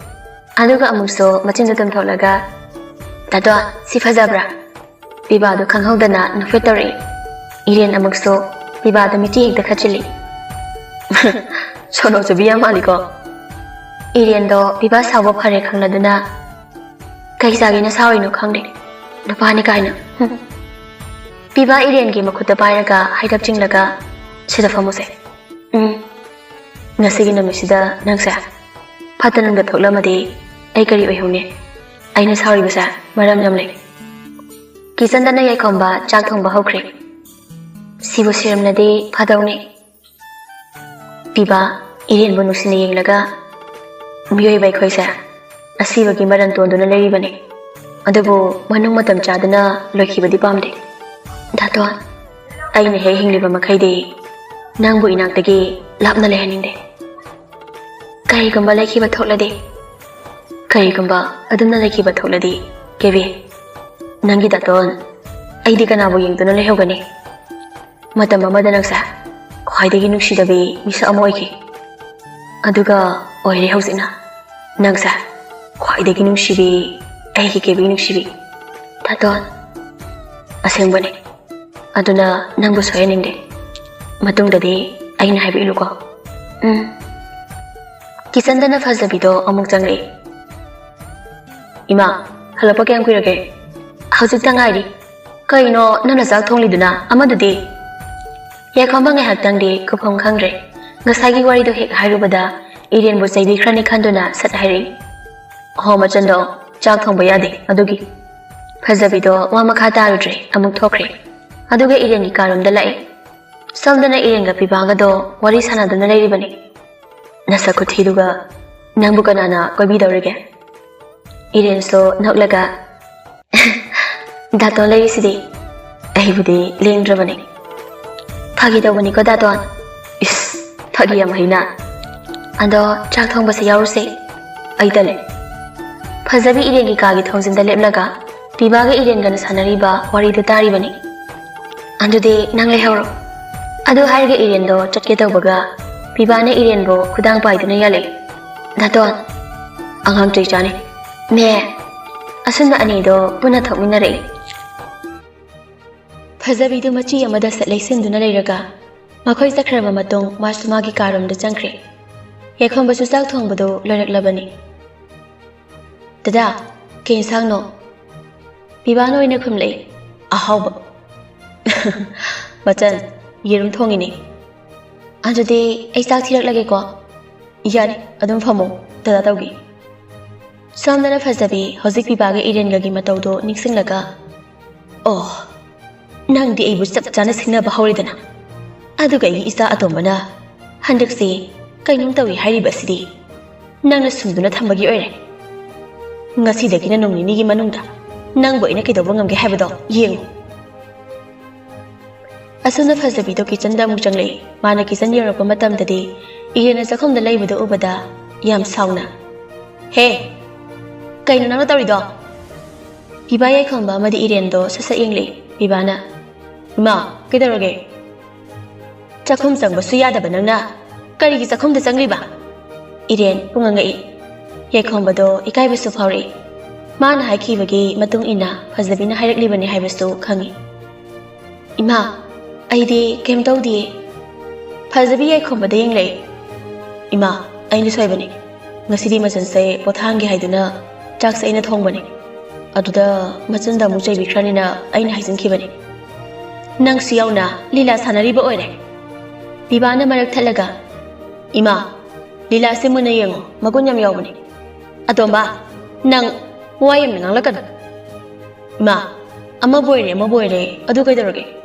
ꯄꯨꯛꯅꯤꯡꯁꯤꯅ ꯆꯝꯅ ꯈꯟꯗꯣꯛꯂꯗꯤ ꯑꯁꯦꯡꯕ ꯉꯥꯛꯇꯅꯤ꯫ ꯑꯗꯨꯒ ꯄꯨꯛꯅꯤꯡꯁꯤꯅ ꯐꯠꯇꯅ ꯈꯜꯂꯗꯤ ꯑꯃꯥꯡꯕꯒꯤ ꯑꯃꯥꯡꯕ ꯉꯥꯛꯇꯅꯤ꯫ ꯐꯖꯕꯤ ꯏꯔꯦꯟꯗ ꯊꯣꯛ ꯑꯣꯟꯁꯤꯜꯂꯒ, ꯆꯤꯟꯊꯤꯕꯤ, ꯅꯔꯝ ꯆꯠꯇꯨꯅꯅꯦ ꯅꯃꯥ ꯐꯥꯎꯕ ꯏꯁꯣꯔꯅ ꯉꯟꯇꯥ ꯂꯧꯁꯤꯟꯈꯤꯕꯗꯣ꯫ ꯄꯤꯕꯥꯅ, ꯏꯃꯥ, ꯇꯥꯅꯤꯡꯗꯦ꯫ ꯌꯥꯏꯈꯣꯝꯕꯅꯁꯨ, ꯏꯃꯥ꯫ ꯄꯤꯕꯥꯗꯨ ꯃꯃꯥꯕꯨ ꯇꯁꯦꯡꯅ ꯋꯥꯔꯧꯏ꯫ ꯑꯗꯨꯅ ꯐꯨꯛ ꯍꯧꯒꯠꯂꯒ ꯏꯔꯦꯟꯕꯨ ꯇꯥꯞ ꯄꯥꯏꯔꯒ ꯆꯤꯡꯗꯨꯅ ꯄꯨꯊꯣꯔꯛꯂꯒ ꯍꯥꯏꯔꯛꯏ, ꯏꯃꯥ, ꯅꯆꯥꯗꯤ ꯃꯤ ꯑꯣꯏꯔꯒ ꯃꯤꯒꯤ ꯋꯥꯈꯜ ꯈꯟꯕ ꯉꯝꯗꯕ ꯃꯔꯛꯁꯤꯗ ꯂꯩꯔꯣꯏ꯫ ꯑꯗꯨꯅ ꯑꯩ ꯃꯥꯕꯨ ꯄꯨꯗꯨꯅ ꯆꯠꯈ꯭ꯔꯅꯤ꯫ ꯑꯇꯣꯝꯕ! ꯅꯥꯎ, ꯑꯝꯇ ꯉꯥꯏꯈꯣꯁꯦ꯫ ꯗꯗꯥ, ꯑꯩ ꯌꯨꯝꯁꯤꯗ ꯁꯨꯡꯂꯩ ꯂꯩꯅꯤꯡꯗꯦ꯫ ꯑꯗꯨꯕꯨꯕ ꯋꯥꯗꯣ ꯐꯖꯅ ꯍꯥꯏꯅꯁꯤ꯫ ꯑꯁꯨꯝꯅ ꯌꯥꯏꯈꯣꯝꯕꯅ ꯊꯦꯝꯗꯨꯅ ꯄꯤꯕꯥꯁꯨ ꯏꯔꯦꯟꯕꯨ ꯇꯨꯝꯍꯜꯂꯝꯂꯒ ꯃꯥꯒꯤ ꯀꯥꯔꯣꯝꯗ ꯑꯃꯨꯛ ꯆꯪꯈ꯭ꯔꯦ꯫ ꯃꯗꯨꯒꯤ ꯃꯇꯨꯡ ꯅꯨꯃꯤꯠ ꯅꯤꯅꯤ ꯂꯩꯔꯒ ꯐꯖꯕꯤꯗꯣ ꯃꯣꯏꯒꯤ ꯑꯗꯨꯋꯥꯏꯗ ꯂꯨꯍꯣꯡꯕ ꯑꯃ ꯂꯩ ꯍꯥꯏꯗꯨꯅ ꯆꯠꯄꯅꯤ꯫ ꯂꯨꯍꯣꯡꯐꯝꯗꯨꯗ ꯐꯖꯕꯤꯒꯤ ꯃꯃꯥꯟꯅꯕꯤ ꯑꯃꯁꯨ ꯂꯥꯛꯂꯝꯃꯤ꯫ ꯐꯖꯕꯤ, ꯀꯩꯅꯣ ꯅꯣꯏꯕꯨ ꯉꯥꯎꯔꯕ꯭ꯔꯣ? ꯃꯊꯣꯡ ꯃꯔꯝ ꯈꯪꯗꯕ ꯅꯨꯄꯤ ꯃꯆꯥ ꯑꯃ ꯄꯨꯁꯤꯟꯗꯨꯅ ꯊꯝꯂꯒ ꯅꯈꯣꯏꯅ ꯇꯧꯔꯤꯗꯨꯕꯣ? ꯑꯦ, ꯀꯩꯗꯧꯔꯒꯦ ꯊꯝꯕꯥꯜ?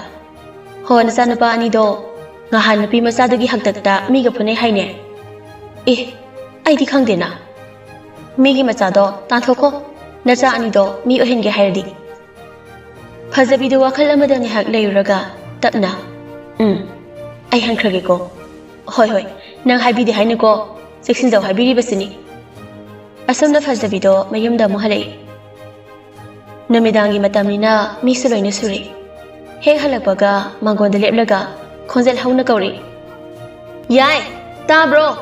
ꯑꯇꯣꯝꯕ, ꯅꯪꯁꯨ ꯃꯄꯥꯟꯗ ꯊꯣꯔꯛꯎ꯫ ꯑꯥꯎ꯫ ꯀꯩ ꯃꯔꯝꯒꯤ ꯅꯈꯣꯏ ꯑꯅꯤꯅ ꯃꯤ ꯈꯠꯅꯔꯤꯕ? ꯃꯆꯟꯗ ꯁꯔꯥꯛ ꯇꯝꯒꯦ ꯇꯧꯕꯒꯤ꯫ ꯅꯣꯏꯕꯨ ꯉꯥꯎꯔꯕ꯭ꯔꯣ? ꯀꯔꯤꯒꯤꯅꯣ ꯑꯁꯤꯒꯤ ꯅꯨꯄꯤ ꯃꯆꯥꯁꯤꯒꯤ ꯍꯥꯛꯇꯛꯇ ꯅꯈꯣꯏꯅ ꯃꯤ ꯈꯠꯅꯔꯤꯕꯕꯣ? ꯏꯃꯥ, ꯌꯥꯔꯦ ꯂꯦꯞꯄꯤꯔꯣ꯫ ꯇꯥꯟꯖꯥꯗꯨꯗ ꯏꯔꯦꯟꯁꯨ ꯋꯥꯁꯔꯨꯝ ꯆꯪꯂꯨꯔꯒ ꯊꯣꯔꯛꯄꯅꯤ꯫ ꯐꯖꯕꯤ ꯏꯔꯦꯟꯕꯨ ꯍꯦꯛ ꯎꯕꯃꯛꯇꯗ ꯁꯠ ꯆꯪꯁꯤꯟꯗꯨꯅ ꯈꯨꯄꯥꯛꯅ ꯁꯥꯐꯨ ꯀꯟꯅ ꯊꯥꯖꯩ꯫ ꯏꯃꯥ! ꯄꯤꯕꯥ ꯌꯥꯏꯈꯣꯝꯕ ꯑꯅꯤꯗꯣ ꯑꯃꯨꯛꯇꯗ ꯆꯞ ꯃꯥꯟꯅꯅ, ꯏꯃꯥ! ꯍꯦ, ꯅꯝꯖꯥꯁꯔꯥ! ꯅꯪ ꯍꯦꯛ ꯂꯥꯛꯈꯤꯕ ꯅꯨꯃꯤꯠꯇꯒꯤ ꯉꯁꯤ ꯐꯥꯎꯕ ꯏꯃꯨꯡꯁꯦ ꯇꯪꯗꯨ ꯂꯩꯇꯥꯅ ꯄꯥꯟꯕ ꯉꯝꯗ꯭ꯔꯦ꯫ ꯏꯆꯥ ꯏꯋꯥꯅ ꯐꯥꯎꯕ ꯃꯃꯥ ꯑꯩꯁꯦ ꯌꯦꯛꯅꯕꯗꯧꯅ ꯈꯜꯂꯦ꯫ ꯌꯥꯏꯈꯣꯝꯕ ꯄꯤꯕꯥ ꯑꯅꯤꯗꯣ ꯁꯠ ꯆꯪꯁꯤꯜꯂꯛꯇꯨꯅ ꯃꯃꯥꯕꯨ ꯈꯥꯝꯃꯤ꯫ ꯀꯩꯒꯤꯅꯣ ꯅꯈꯣꯏꯅ ꯑꯩꯕꯨ ꯈꯥꯝꯂꯤꯕ? ꯏꯔꯦꯟꯗꯤ ꯃꯁꯥꯗꯣ ꯇꯨꯐꯛ ꯇꯨꯐꯥꯏ ꯇꯧꯔꯒ ꯃꯥꯏꯊꯣꯡꯗꯣ ꯂꯨꯛꯊꯔꯒ ꯂꯦꯞꯂꯤꯕꯅꯤ꯫ ꯌꯥꯏꯈꯣꯝꯕꯅ ꯁꯠ ꯆꯪꯁꯤꯜꯂꯛꯇꯨꯅ, ꯃꯆꯟ, ꯗꯗꯥ ꯌꯦꯡꯒꯤꯁꯦ꯫ ꯗꯗꯥ, ꯑꯩ ꯀꯩꯁꯨ ꯇꯧꯗꯦ꯫ ꯑꯗꯨ ꯍꯥꯏꯔꯒ ꯃꯄꯤꯗꯣ ꯁꯠ ꯇꯩꯊꯣꯛꯏ꯫ ꯄꯤꯕꯥ ꯃꯃꯥꯕꯨ ꯌꯥꯝ ꯊꯤꯅ ꯆꯩꯔꯛꯏ꯫ ꯏꯃꯥ, ꯅꯨꯄꯤ ꯑꯃ ꯑꯣꯏꯅ ꯄꯣꯛꯂꯒ ꯅꯨꯄꯤꯒꯤ ꯑꯋꯥꯕ ꯃꯁꯛ ꯈꯪꯗꯕ, ꯉꯁꯤꯒꯤ ꯈꯨꯟꯅꯥꯏ ꯑꯁꯤꯗ ꯅꯨꯄꯥꯅ ꯅꯨꯄꯤꯗ ꯑꯣꯠꯄꯒꯤ ꯆꯥꯡꯗꯒꯤ ꯅꯨꯄꯤꯅ ꯅꯨꯄꯤ ꯑꯣꯠꯄꯒꯤ ꯆꯥꯡꯅ ꯁꯔꯨꯛ ꯆꯥꯝꯃ ꯍꯦꯜꯂꯦ꯫ ꯅꯨꯄꯤꯅ ꯅꯨꯄꯤꯗ ꯑꯁꯨꯛ ꯍꯟꯊꯅ ꯌꯦꯡꯂꯤꯕ ꯀꯔꯤꯒꯤꯅꯣ? ꯍꯔꯦ, ꯑꯩꯒꯤ ꯏꯆꯥꯁꯤꯗꯤ ꯋꯥ ꯉꯥꯡꯕ ꯑꯣꯟꯊꯣꯛꯅ ꯍꯩꯔꯝꯃꯤꯗ, ꯑꯣꯖꯥ ꯐꯔꯕꯅꯤꯅ꯫ ꯌꯥꯏꯈꯣꯝꯕꯅ, ꯏꯃꯥ, ꯇꯣꯛꯑꯣ ꯌꯥꯔꯦ꯫ ꯏꯔꯦꯟꯗꯨ ꯋꯥꯍꯩ ꯑꯃ ꯐꯥꯎꯕ ꯍꯥꯏꯔꯝꯗꯅ ꯃꯥꯒꯤ ꯀꯥꯗ ꯇꯨꯃꯤꯟꯅ ꯆꯪꯈ꯭ꯔꯦ꯫ ꯆꯥꯛꯁꯨ ꯆꯥꯗ꯭ꯔꯦ꯫ ꯃꯥꯗ ꯅꯠꯇꯅ ꯄꯤꯕꯥ ꯌꯥꯏꯈꯣꯝꯕ ꯑꯅꯤꯁꯨ ꯆꯥꯈꯤꯗ꯭ꯔꯕꯅꯤ꯫ ꯑꯍꯤꯡꯒꯤ ꯃꯇꯝ ꯑꯗꯨꯗ ꯐꯃꯨꯡꯗ ꯐꯝꯂꯒ ꯈꯨꯎꯗꯨꯗ ꯃꯥꯏꯊꯣꯡꯗꯨ ꯉꯥꯊꯔꯒ ꯃꯃꯥꯕꯨ ꯅꯤꯡꯁꯤꯡꯗꯨꯅ ꯀꯞꯂꯤꯕꯅꯤ꯫ ꯏꯃꯥ, ꯅꯆꯥ ꯌꯥꯝ ꯋꯥꯔꯦ, ꯑꯩꯕꯨ ꯂꯧꯕ ꯂꯥꯛꯄꯤꯔꯣ꯫ ꯑꯩ ꯏꯃꯥꯒ ꯂꯩꯃꯤꯟꯅꯅꯤꯡꯉꯤ꯫ ꯅꯆꯥꯒꯤ ꯋꯥꯀꯠ ꯇꯥꯕꯤꯅꯕ ꯀꯅꯥꯁꯨ ꯂꯩꯇꯦ꯫ ꯏꯃꯥ, ꯅꯪ ꯑꯩꯕꯨ ꯅꯤꯡꯁꯤꯡꯗ꯭ꯔꯕ꯭ꯔꯣ? ꯑꯁꯨꯛ ꯁꯥꯍꯨꯝ ꯀꯜꯂꯕ ꯃꯤꯑꯣꯏꯕꯒꯤ ꯇꯥꯏꯕꯪ ꯐꯝꯕꯥꯛ ꯑꯁꯤꯗ ꯅꯆꯥꯕꯨ ꯇꯤꯜꯍꯟꯕꯤꯔꯝꯂꯒ ꯀꯔꯤꯒꯤ ꯅꯣꯡꯃꯇ ꯐꯥꯎꯕ ꯍꯟꯅ ꯌꯦꯡꯂꯛꯇ꯭ꯔꯤꯕꯅꯣ ꯏꯃꯥ? ꯇꯣꯜꯂꯕꯤ ꯅꯆꯥ ꯑꯩꯒꯤꯗꯤ ꯂꯥꯏꯔꯕꯤ ꯏꯃꯥ, ꯅꯪ ꯅꯠꯇꯅ ꯀꯅꯥꯁꯨ ꯂꯩꯇꯦ꯫ ꯑꯩꯅ ꯄꯤꯛꯂꯤꯉꯩꯒꯤ ꯃꯇꯝꯗ ꯅꯅꯪꯗ ꯄꯣꯔꯒ ꯍꯨꯡꯒꯥ ꯋꯥꯔꯤ ꯂꯤꯕꯤꯗꯨꯅ ꯅꯆꯥꯕꯨ ꯑꯔꯥꯝ ꯈꯧꯔꯥꯡ ꯀꯣꯛꯍꯟꯕꯤꯈꯤꯕꯤ ꯑꯩꯒꯤ ꯏꯃꯥ꯫ ꯏꯃꯥ ꯅꯪꯕꯨ ꯅꯨꯡꯁꯤꯕꯤ꯫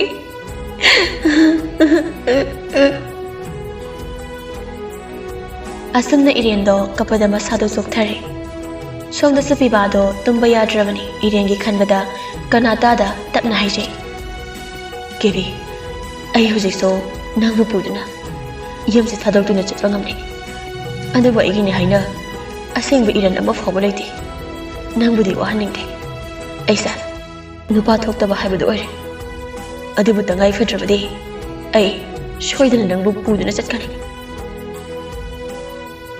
ꯑꯍꯤꯡ ꯅꯣꯡꯌꯥꯏ ꯃꯤ ꯂꯣꯏꯅ ꯇꯨꯝꯅꯈ꯭ꯔꯕ ꯃꯇꯨꯡ ꯏꯔꯦꯟꯒꯤ ꯀꯥꯒꯤ ꯊꯣꯡꯗꯣ ꯀꯣꯛ ꯊꯤꯜꯂꯛꯏ ꯏꯔꯦꯟꯗꯨ ꯇꯨꯝꯕ ꯌꯥꯗꯗꯨꯅ ꯁꯨꯝ ꯂꯩꯔꯝꯕꯗꯒꯤ ꯊꯣꯡ ꯊꯤꯜꯂꯛꯄ ꯑꯗꯨꯗ ꯉꯛꯂꯞꯅ ꯌꯦꯡꯂꯛꯏ ꯏꯔꯦꯟꯗꯨ ꯌꯥꯏꯈꯣꯝꯕ ꯅꯠꯇ꯭ꯔꯒ ꯄꯤꯕꯥ ꯑꯣꯏꯔꯝꯒꯅꯤ ꯈꯟꯗꯨꯅ ꯇꯞꯅ ꯍꯧꯒꯠꯇꯨꯅ ꯊꯣꯡꯗꯣ ꯍꯥꯡꯒꯦ ꯇꯧꯏ ꯑꯃꯨꯛꯁꯨ ꯈꯜꯂꯤ ꯄꯤꯕꯥ ꯑꯣꯏꯔꯁꯨ ꯌꯥꯏꯈꯣꯝꯕ ꯑꯣꯏꯔꯁꯨ ꯁꯣꯏꯗꯅ ꯀꯧꯔꯛꯀꯗꯕꯅꯤ ꯑꯗꯨꯒ ꯀꯅꯥꯕꯨ ꯑꯣꯏꯔꯤꯒꯕ ꯊꯣꯡꯗꯨꯁꯨ ꯑꯃꯨꯛꯀ ꯍꯟꯅ ꯀꯣꯛ ꯊꯤꯜꯂꯛꯏ ꯍꯟꯗꯛꯇꯤ ꯏꯔꯦꯟꯗꯣ ꯑꯃꯕꯨ ꯑꯣꯏꯔꯁꯨ ꯍꯥꯡꯗꯨꯗꯤ ꯍꯥꯡꯗꯣꯛꯂꯒꯦ ꯈꯟꯗꯨꯅ ꯊꯣꯡꯗꯣ ꯇꯞꯅ ꯍꯥꯡꯗꯣꯛꯏ ꯌꯥꯝ ꯊꯥꯖꯗꯅ ꯐꯖꯕꯤꯗꯣ ꯂꯦꯞꯇꯨꯅ ꯂꯩꯔꯝꯃꯤ ꯏꯃꯥ ꯑꯩ ꯋꯥ ꯍꯥꯏꯒꯦ ꯃꯨꯟꯅ ꯇꯥꯎ ꯍꯌꯦꯡꯃꯛ ꯅꯪ ꯌꯨꯝꯁꯦ ꯊꯥꯗꯣꯛꯇꯨꯅ ꯆꯠꯀꯗꯕꯅꯤ ꯀꯔꯤꯒꯨꯝꯕ ꯑꯩꯅ ꯍꯥꯏꯕꯁꯦ ꯌꯥꯗ꯭ꯔꯕꯗꯤ ꯅꯪ ꯑꯐꯕ ꯑꯣꯏꯔꯦ ꯑꯗꯨꯒ ꯑꯩꯒꯤ ꯏꯆꯥ ꯑꯇꯣꯝꯕꯗ ꯅꯪ ꯀꯧꯕꯁꯨ ꯌꯥꯔꯣꯏ ꯅꯪꯅ ꯀꯦꯁꯤꯟꯅꯔꯒ ꯐꯥꯅꯕ ꯍꯣꯠꯅꯔꯤꯕꯗꯣ ꯃꯃꯥ ꯑꯩ ꯂꯩꯔꯤꯉꯩꯗꯗꯤ ꯑꯣꯏꯊꯣꯛꯂꯔꯣꯏꯗꯕꯅꯤ ꯈꯪꯉꯕ ꯏꯃꯥ ꯑꯩ ꯏꯃꯥꯒꯤ ꯌꯥꯊꯪ ꯏꯟꯗꯨꯅ ꯁꯣꯏꯗꯅ ꯍꯌꯦꯡꯁꯦ ꯌꯨꯝ ꯑꯁꯤ ꯊꯥꯗꯣꯛꯇꯨꯅ ꯆꯠꯆꯈ꯭ꯔꯒꯦ ꯑꯁꯨꯝꯅ ꯏꯔꯦꯟꯗꯣ ꯀꯞꯂꯛꯏ ꯑꯗꯨꯒ ꯑꯃꯨꯛ ꯃꯈꯥ ꯇꯥꯔꯛꯏ ꯀꯔꯤꯒꯨꯝꯕ ꯕꯕꯥ ꯑꯃꯗꯤ ꯗꯥꯇꯣꯟ ꯗꯗꯥ ꯃꯈꯣꯏꯅ ꯅꯆꯥꯕꯨ ꯊꯤꯔꯛꯂꯕꯁꯨ ꯏꯃꯥꯒꯤ ꯅꯨꯡꯁꯤꯔꯕ ꯋꯥꯍꯩꯅ ꯃꯈꯣꯏꯕꯨ ꯊꯦꯝꯖꯤꯟꯕꯤꯌꯨꯀꯣ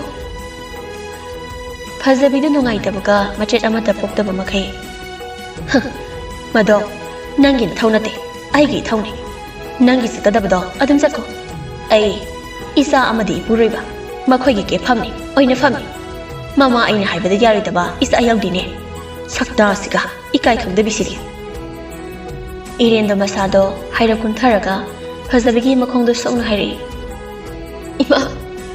ꯏꯃꯥꯕꯨ ꯃꯇꯝ ꯈꯔꯗ ꯑꯣꯏꯔꯕꯁꯨ ꯏꯃꯥ ꯀꯧꯕ ꯐꯪꯍꯟꯕꯤꯕꯒꯤꯗꯃꯛ ꯅꯆꯥꯅ ꯑꯗꯨꯛꯀꯤ ꯃꯇꯤꯛ ꯄꯦꯟꯖꯩ ꯀꯔꯤꯒꯨꯝꯕ ꯅꯆꯥꯅ ꯁꯣꯏꯈꯤꯕ ꯂꯥꯟꯈꯤꯕ ꯀꯌꯥ ꯌꯥꯎꯔꯕꯁꯨ ꯅꯆꯥꯕꯨ ꯉꯥꯛꯄꯤꯌꯨꯀꯣ ꯀꯔꯤꯒꯨꯝꯕ ꯃꯇꯝꯗ ꯅꯣꯡꯃꯇ ꯑꯣꯏꯔꯕꯁꯨ ꯅꯆꯥꯕꯨ ꯅꯤꯡꯁꯤꯡꯕꯤꯔꯛꯇꯨꯅ ꯅꯨꯡꯁꯤꯅ ꯁꯣꯟꯕꯤꯔꯛꯎꯀꯣ ꯏꯃꯥ ꯑꯁꯨꯝꯅ ꯏꯔꯦꯟꯗꯣ ꯀꯞꯄ ꯌꯥꯕ ꯀꯞꯂꯦ ꯑꯗꯨꯕꯨ ꯐꯖꯕꯤꯗꯤ ꯍꯥꯏꯐꯦꯠꯇꯪ ꯐꯥꯎꯕ ꯅꯥꯟꯊꯕꯤꯕꯒꯤ ꯃꯍꯨꯠꯇ ꯃꯁꯥꯗꯣ ꯁꯥꯎꯔꯞꯅ ꯁꯣꯛꯂꯛꯀꯅꯨ ꯍꯥꯏꯕꯒꯨꯝ ꯆꯠꯊꯣꯛꯏ ꯑꯁꯨꯝꯅ ꯑꯍꯤꯡꯗꯣ ꯍꯧꯈ꯭ꯔꯦ ꯍꯥꯟꯅꯒꯤ ꯃꯇꯧꯒꯨꯝ ꯄꯤꯕꯥ ꯌꯥꯏꯈꯣꯝꯕ ꯑꯅꯤꯗꯤ ꯃꯣꯏꯒꯤ ꯊꯕꯛ ꯆꯠꯅꯕꯒꯤ ꯂꯣꯏꯁꯤꯟꯕ ꯂꯣꯏꯔꯗꯨꯅ ꯀꯤꯆꯟꯗ ꯆꯪꯂꯛꯄꯅꯤ ꯑꯗꯨꯕꯨ ꯐꯖꯕꯤꯅ ꯆꯥꯛ ꯊꯣꯡꯗꯨꯅ ꯂꯩꯔꯝꯃꯤ ꯏꯃꯥ ꯀꯦꯕꯤꯗꯤ ꯀꯩꯒꯤꯅꯣ ꯅꯈꯣꯏꯅ ꯄꯥꯈꯪꯗ ꯍꯪꯉꯤꯁꯦ ꯅꯥꯎ ꯑꯝꯇ ꯀꯧꯔꯨꯆꯣ ꯄꯤꯕꯥ ꯏꯔꯦꯟꯒꯤ ꯀꯥꯗ ꯂꯥꯛꯇꯨꯅ ꯏꯔꯦꯟꯕꯨ ꯀꯧꯔꯛꯏ ꯇꯥꯕ꯭ꯔꯣ ꯀꯦꯕꯤ ꯍꯧꯒꯠꯇ꯭ꯔꯤꯕꯣ ꯅꯪꯕꯣ ꯏꯔꯦꯟꯗꯤ ꯇꯨꯝꯕ ꯍꯧꯒꯠꯂꯕꯅꯤ ꯄꯤꯕꯥ ꯌꯥꯏꯈꯣꯝꯕ ꯑꯅꯤꯗꯣ ꯊꯕꯛ ꯆꯠꯈꯤꯕ ꯉꯥꯏꯔꯤꯕꯅꯤ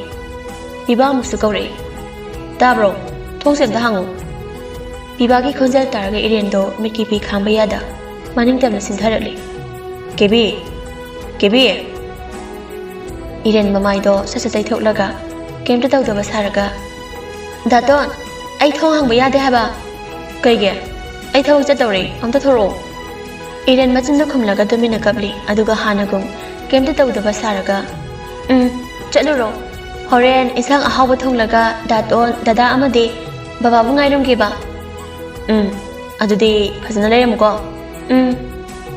ꯄꯤꯕꯥꯗꯤ ꯈꯪꯖꯗꯕꯅꯤꯅ ꯆꯝꯅ ꯑꯗꯨꯝ ꯈꯜꯂꯤ ꯑꯗꯨꯅ ꯀꯤꯆꯟꯂꯣꯝꯗ ꯆꯠꯈ꯭ꯔꯦ ꯏꯔꯦꯟꯗꯣ ꯄꯤꯕꯥ ꯍꯦꯛ ꯆꯠꯈꯤꯕꯒ ꯃꯥꯒꯤ ꯀꯥꯒꯤ ꯊꯣꯡꯗꯣ ꯍꯥꯡꯂꯒ ꯄꯦꯂꯨ ꯄꯤꯔꯥꯡꯒ ꯂꯣꯏꯅꯅ ꯗꯥꯇꯣꯟ ꯍꯣꯔꯦꯟꯗꯤ ꯅꯈꯣꯏꯅ ꯍꯜꯂꯛꯄꯗ ꯑꯩꯕꯨ ꯎꯕ ꯐꯪꯂꯔꯣꯏ ꯅꯈꯣꯏ ꯑꯩꯕꯨ ꯋꯥꯔꯧꯒꯅꯨꯀꯣ ꯃꯄꯣꯛꯁꯦ ꯌꯥꯝ ꯇꯣꯟꯈꯤꯕꯅ ꯅꯈꯣꯏꯅ ꯌꯣꯛꯄꯤ ꯊꯥꯛꯄꯤꯔꯛꯈꯤꯕꯒꯤ ꯂꯃꯟꯁꯤꯡ ꯑꯃꯗꯅ ꯑꯩ ꯆꯠꯇꯧꯔꯦ ꯌꯨꯝꯁꯦ ꯊꯥꯗꯣꯛꯇꯨꯅ ꯑꯩ ꯆꯠꯇꯧꯔꯦ ꯑꯁꯨꯝꯅ ꯏꯔꯦꯟꯗ ꯊꯣꯡꯖꯤꯟꯗ ꯉꯥꯊꯔꯒ ꯄꯦꯟꯅ ꯀꯞꯂꯛꯏ ꯀꯤꯆꯟꯗꯅ ꯌꯥꯏꯈꯣꯝꯕꯅ ꯅꯥꯎ ꯃꯆꯟꯗꯣ ꯀꯩꯗꯧꯍꯧꯒꯦ ꯗꯗꯥ ꯃꯥ ꯊꯕꯛ ꯑꯃ ꯇꯧꯍꯧꯔꯤ ꯑꯁꯨꯝꯅ ꯄꯤꯕꯥ ꯑꯃꯗꯤ ꯌꯥꯏꯈꯣꯝꯕ ꯑꯅꯤꯗꯣ ꯆꯥꯛ ꯇꯣꯛꯂꯕ ꯃꯇꯨꯡ ꯊꯕꯛ ꯆꯠꯈ꯭ꯔꯦ ꯏꯔꯦꯟꯗ ꯃꯕꯨꯡ ꯑꯅꯤꯅ ꯆꯠꯈꯤꯕꯗꯣ ꯊꯣꯡꯅꯥꯎꯗꯒꯤ ꯌꯦꯡꯗꯨꯅ ꯗꯗꯥ ꯑꯩꯒꯤ ꯏꯆꯤꯟꯁꯤꯅ ꯗꯗꯥ ꯍꯥꯏꯅ ꯑꯃꯨꯛ ꯍꯟꯅ ꯀꯧꯕ ꯐꯪꯂꯔꯣꯏꯀꯣ ꯑꯩꯅ ꯑꯉꯥꯡ ꯑꯣꯏꯔꯤꯉꯩꯗ ꯗꯗꯥꯅ ꯑꯩꯕꯨ ꯆꯥꯛꯀ ꯏꯟꯕꯤꯈꯤꯕꯗꯣ ngasi nachangi mitbang sida sanguri asam nange hake matung irin so oyim du thadok tu na chana bagi damak thongalon da tharakpani adubu khangau da namagi phone da number ama call tari irin so hafe inglaga kana rasidi number so save tawde asam phone da paikali hello sibo wanglengi imung oibirabra mani kana kari habigadabano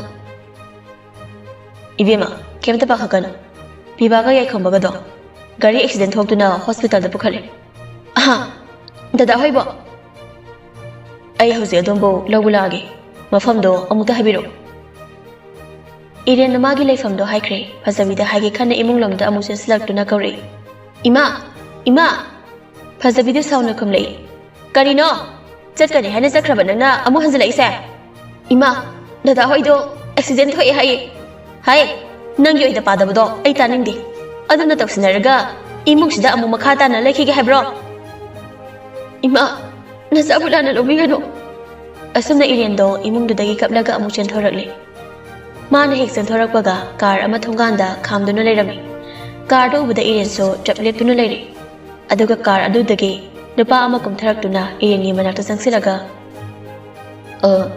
hojita wari sanakhibudo natro mani adudi chalasira asumna nupa aduna iren bubuduna sakre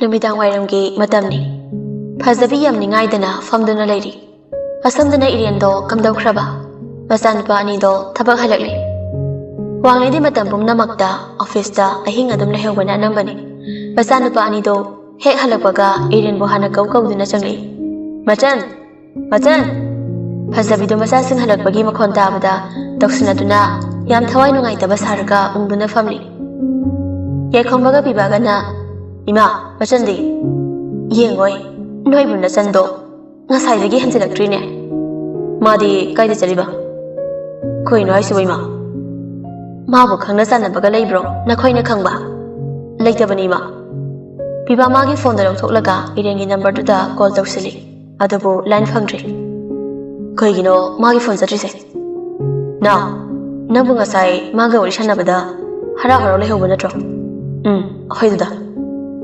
ahinadi mabu angang oiri boy khanduna pangang da sungang bikre aduga madi laisabi pharamne aikhoi bu thadokduna yumda onki gadawre bibadi mamagi wahida tabada sauning bana masada loire ima amta ngai khose chenba song goiram nadi fai kari gumbo oiram dradi adu hariga tamina laikre yai khombado wado makha ta bangamdana bibadi masado leifam khangre selam gadaba somali irendo mi amaga papone heba khangli banina amusu khale chelam da base kari gumba chenba song go oiram dragana madi kai de lekraba nakhoi so ngeha potharu ima sak thongna ba tawkhigi ko ima agi di sa hablurano mi ai khombana ai shu sa rima machando ngarang su sak sakhidabani ngasai su saram laroi ai di ma na ngang wari ngi matam do kawbu ngamde ma bu ima na kayada thina tawi khiba asam na yai khombado yam nungai tana ongduna leikre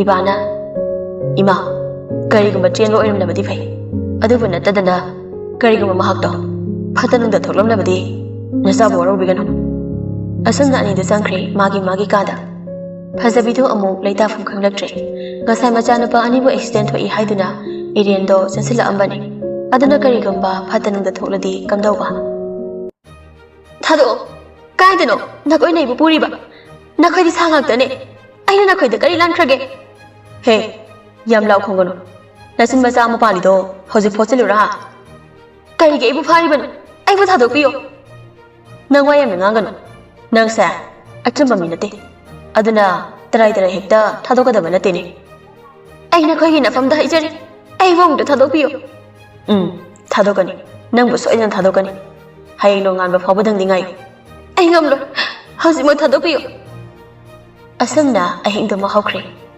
nonga laba phau pau haidokpa lakadra khana somdati ngaiduna leiribani adabu phana thengla phauda kana silaktrabada wanglendo mipai ba phawrali piba mathwa yam nungaitana baba hausi phawa pau haidokpa lakri se kaino ꯑꯗꯨꯅꯤ ꯏꯄꯥꯁꯨ ꯈꯜꯂꯤꯕꯅꯤ ꯃꯣꯏ ꯕꯕꯥ ꯀꯅꯥꯗ ꯍꯪꯉꯨꯅꯤ ꯃꯥꯗꯤ ꯃꯃꯥꯟꯅꯕꯤꯁꯨ ꯑꯃꯠꯇ ꯂꯣꯏꯅꯗꯕꯅꯤ ꯅꯪꯗꯤ ꯄꯦꯜꯂꯝꯂꯅꯤ ꯏꯆꯥꯗꯨꯅ ꯌꯨꯝꯁꯤꯗꯒꯤ ꯆꯠꯈ꯭ꯔꯕꯅꯤꯅ ꯃꯣꯏ ꯕꯕꯥ ꯀꯔꯤꯅꯣꯗ ꯑꯩꯁꯨ ꯅꯨꯡꯁꯤꯔꯤꯕꯅꯤ ꯃꯥꯕꯨ ꯏꯆꯥꯅꯤ ꯍꯥꯏꯗꯨꯅ ꯁꯤꯡꯅꯅꯕ ꯈꯔ ꯑꯗꯨ ꯄꯉꯥꯡ ꯉꯥꯡꯕꯒꯤ ꯋꯥꯅꯤ ꯕꯕꯥ ꯍꯧꯖꯤꯛꯄꯨ ꯀꯅꯥꯗ ꯍꯪꯗꯣꯏꯅꯣ ꯑꯁꯨꯝꯅ ꯃꯈꯣꯏ ꯂꯣꯏꯅ ꯃꯊꯥ ꯁꯥꯟꯅꯔꯤ ꯄꯤꯕꯥꯅ ꯕꯕꯥ ꯄꯨꯂꯤꯁꯇ ꯄꯥꯎ ꯄꯤꯁꯤꯔꯥ ꯑꯗꯨꯕꯨ ꯅꯣꯡ ꯅꯤꯅꯤ ꯂꯩꯔꯒ ꯄꯤꯁꯤ ꯑꯩꯈꯣꯏꯅ ꯆꯩꯔꯛꯀꯅꯤ ꯉꯥꯡꯂꯛꯀꯅꯤ ꯀꯤꯕꯅ ꯄꯥꯎ ꯍꯩꯗꯣꯛꯄ ꯃꯤ ꯊꯥꯔꯛꯇꯕ꯭ꯔꯁꯨ ꯈꯪꯗꯦ ꯄꯤꯕꯥꯗꯤ ꯏꯔꯦꯟ ꯆꯦꯜꯂꯝꯒꯅꯤ ꯍꯥꯏꯕꯁꯤ ꯁꯨꯡꯊꯥ ꯊꯥꯖꯗꯦ ꯑꯁꯣꯝꯗꯅ ꯏꯔꯦꯟꯗꯣ ꯃꯈꯨꯠ ꯑꯅꯤꯃꯛ ꯄꯨꯁꯤꯜꯂꯒ ꯃꯆꯤꯟꯗ ꯃꯦꯟꯁꯤꯜꯂꯒ ꯒꯥꯔꯤ ꯑꯃꯗ ꯑꯃꯨꯛ ꯍꯥꯞꯇꯨꯅ ꯄꯨꯔꯛꯂꯤ ꯁꯣꯝꯗꯁꯨ ꯄꯤꯕꯥꯗꯣ ꯃꯥꯒꯤ ꯒꯥꯔꯤꯗꯨ ꯊꯧꯔꯒ ꯏꯔꯦꯟꯕꯨ ꯊꯦꯡꯅꯕ꯭ꯔꯥ ꯍꯥꯏꯅ ꯄꯛꯆꯠ ꯆꯠꯂꯤꯕꯅꯤ ꯏꯔꯦꯟꯗꯨ ꯒꯥꯔꯤ ꯃꯅꯨꯡꯗꯨꯗ ꯄꯤꯕꯥ ꯑꯃꯗꯤ ꯌꯥꯏꯈꯣꯝꯕ ꯃꯄꯥ ꯏꯕꯨꯡꯉꯣ ꯋꯥꯡꯂꯦꯟꯕꯨ ꯀꯧꯔꯒ ꯀꯞꯂꯤ ꯃꯥꯒꯤ ꯆꯤꯟꯕꯥꯜꯗꯒꯤ ꯋꯥꯍꯩ ꯑꯃ ꯀꯪꯗ꯭ꯔꯕꯁꯨ ꯊꯃꯣꯏꯗꯨꯅ ꯇꯣꯏꯅ ꯇꯣꯏꯅ ꯀꯧꯔꯤ ꯗꯗꯥ ꯕꯕꯥ ꯗꯥꯇꯣꯟ ꯅꯈꯣꯏ ꯑꯩꯒꯤ ꯈꯣꯡꯒꯨꯜ ꯂꯤꯔꯛꯂꯔꯣꯏꯗ꯭ꯔꯣ ꯑꯩ ꯌꯥꯝ ꯋꯥꯔꯦ ꯕꯕꯥ ꯅꯆꯥꯕꯨ ꯏꯆꯥ ꯇꯣꯝꯕꯤ ꯍꯥꯏꯅ ꯑꯃꯨꯛꯇꯗꯤ ꯀꯧꯔꯛꯎꯕ ꯑꯁꯨꯝꯅ ꯏꯔꯦꯟꯗꯣ ꯀꯞꯄꯗꯁꯨ ꯂꯣꯏꯔꯦ ꯑꯁꯨꯝꯅ ꯀꯞꯅ ꯀꯞꯅ ꯃꯃꯥꯏꯗꯣ ꯒꯥꯔꯤꯒꯤ ꯊꯣꯡꯅꯥꯎꯔꯣꯝꯗ ꯌꯦꯡꯂꯛꯄꯗ ꯄꯤꯕꯥꯒꯤ ꯒꯥꯔꯤꯗꯣ ꯎꯔꯦ ꯄꯤꯕꯥꯁꯨ ꯒꯥꯔꯤꯗꯣ ꯑꯗꯨꯝ ꯊꯧꯔꯤꯕꯅꯤ ꯏꯔꯦꯟ ꯄꯤꯕꯥꯕꯨ ꯎꯖꯕ ꯃꯤꯀꯨꯞꯇꯨꯗ ꯀꯧꯒꯦ ꯈꯟꯅ ꯍꯣꯠꯅꯔꯨꯕꯅꯤ ꯑꯗꯨꯕꯨ ꯃꯥꯒꯤ ꯆꯤꯟꯕꯥꯜꯗꯣ ꯃꯦꯟꯁꯤꯟꯈꯤꯕꯅ ꯎꯄꯥꯏ ꯂꯩꯇ꯭ꯔꯦ ꯑꯗꯨꯕꯨ ꯀꯅꯥ ꯇꯥꯗ ꯃꯤꯠꯂꯨ ꯄꯤꯔꯥꯡꯒ ꯂꯣꯏꯅꯅ ꯗꯥꯇꯣꯟ ꯑꯩ ꯁꯤꯗ ꯂꯩꯔꯦ ꯑꯩꯕꯨ ꯎꯗ꯭ꯔꯕ ꯗꯥꯇꯣꯟ ꯑꯩ ꯁꯤꯗ ꯂꯩꯔꯦ ꯄꯤꯕꯥꯗꯤ ꯏꯔꯦꯟꯕꯨ ꯎꯗꯕꯅꯤꯅ ꯒꯥꯔꯤꯗꯣ ꯑꯗꯨꯝ ꯊꯧꯔꯒ ꯆꯠꯈ꯭ꯔꯦ ꯏꯔꯦꯟ ꯄꯤꯕꯥꯒꯤ ꯒꯥꯔꯤꯗꯣ ꯊꯧꯔꯒ ꯆꯠꯈ꯭ꯔꯕꯗ ꯃꯇꯣꯝꯇ ꯈꯜꯂꯤ ꯐꯔꯦ ꯆꯠꯂꯣ ꯅꯣꯏꯒ ꯑꯃꯨꯛ ꯎꯅꯕ ꯌꯥꯗ꯭ꯔꯕꯅꯤ ꯑꯩꯗꯤ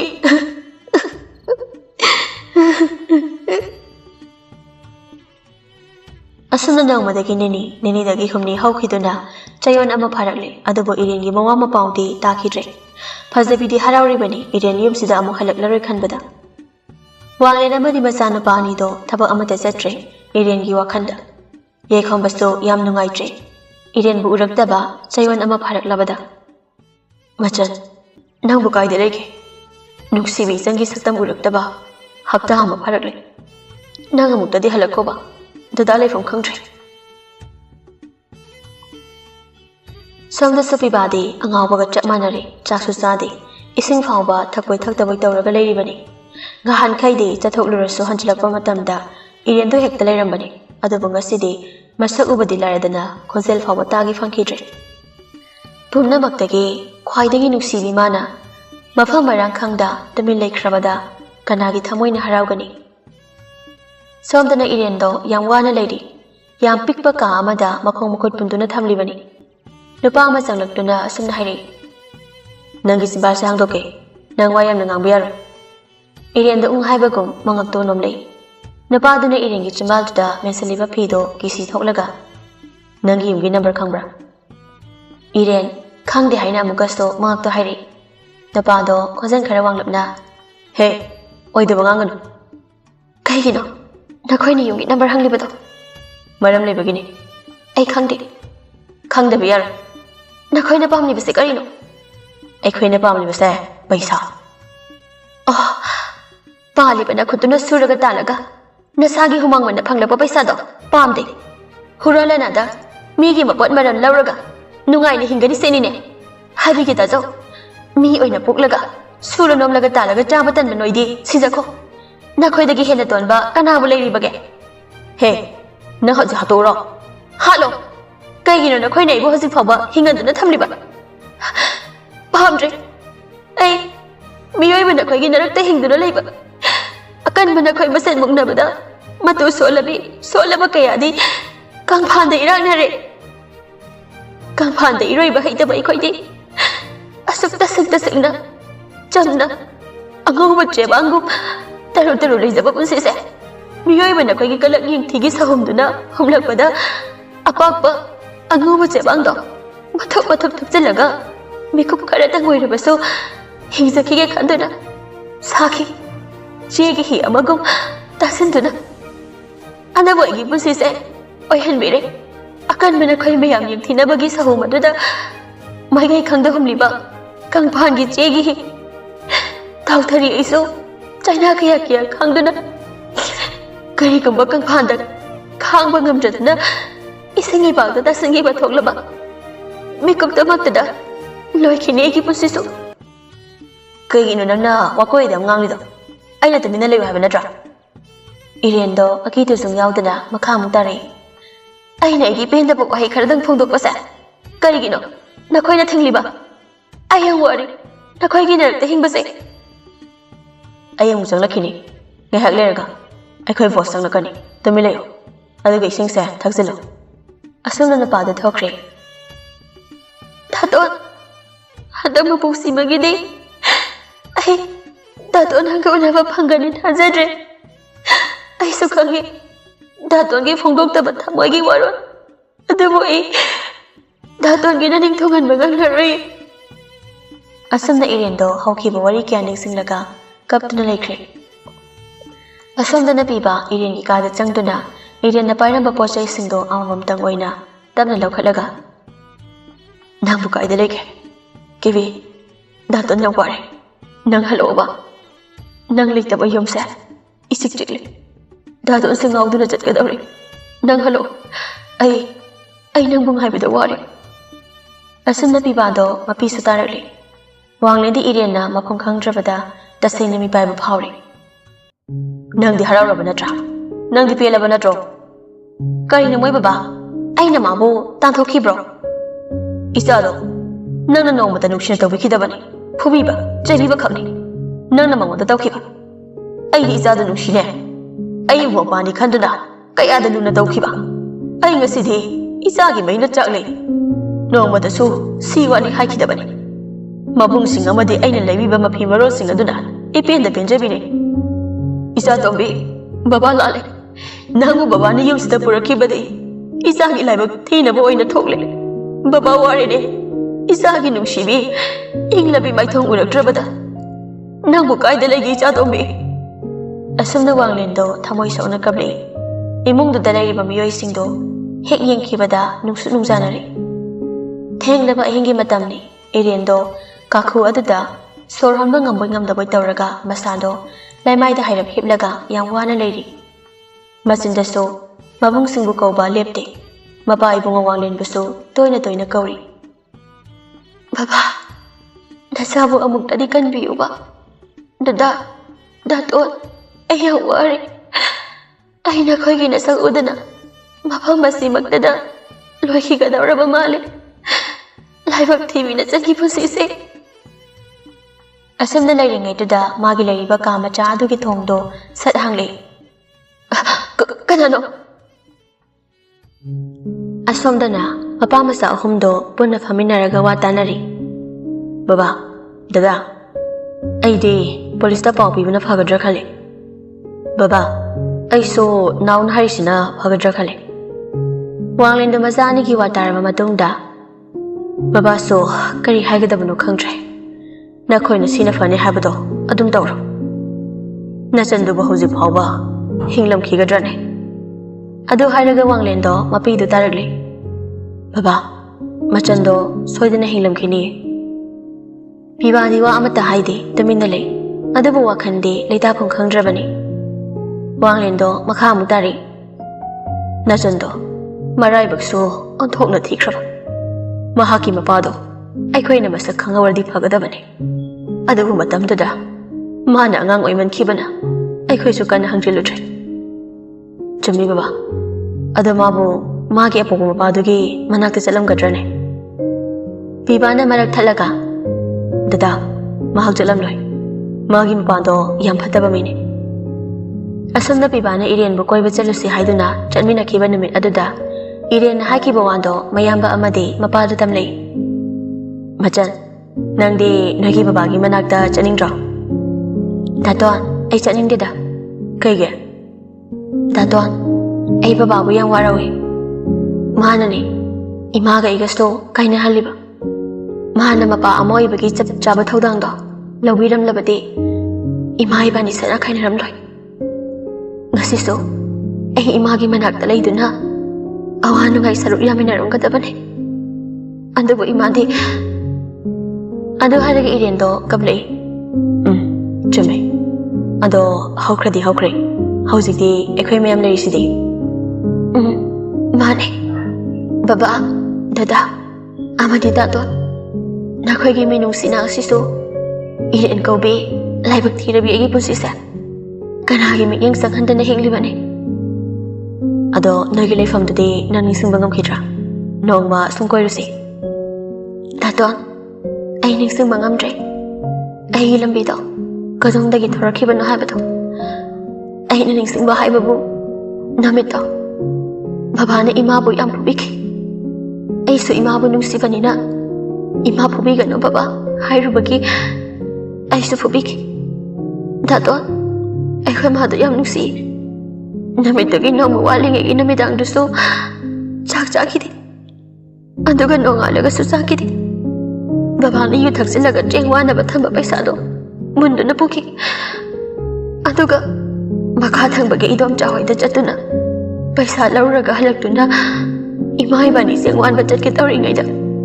ꯕꯕꯥꯗꯣ ꯑꯃꯨꯛ ꯍꯜꯂꯛꯈꯤ ꯑꯗꯨꯒ ꯏꯃꯥꯕು ꯍꯦꯛ ꯎꯕꯒ ꯆꯥꯛ ꯄꯤꯌꯨ ꯆꯥꯛ ꯆꯥꯒꯦ ꯍꯥꯏ 이마수 사오닝바 바로ꯛ두나 바바다 테이나 째키 안두다기디 바바나 이마부 푸바 호라키 asam na iyan daw mapitap-tap tama makay wari liri. Adudi namituso nakhoy na sa hele. Adudagit iba ba na? Ay ko'y lay bayari hay doon ang tarog pa dagidi. Imasa sa na ay mapura kayong dudagit horakiban. Taton, ay ko'y mado mahalaray ko. Ay sen, mama mapagi minusi makadahing bapunsido. Handagi mapuas ni magidip hangdre ko.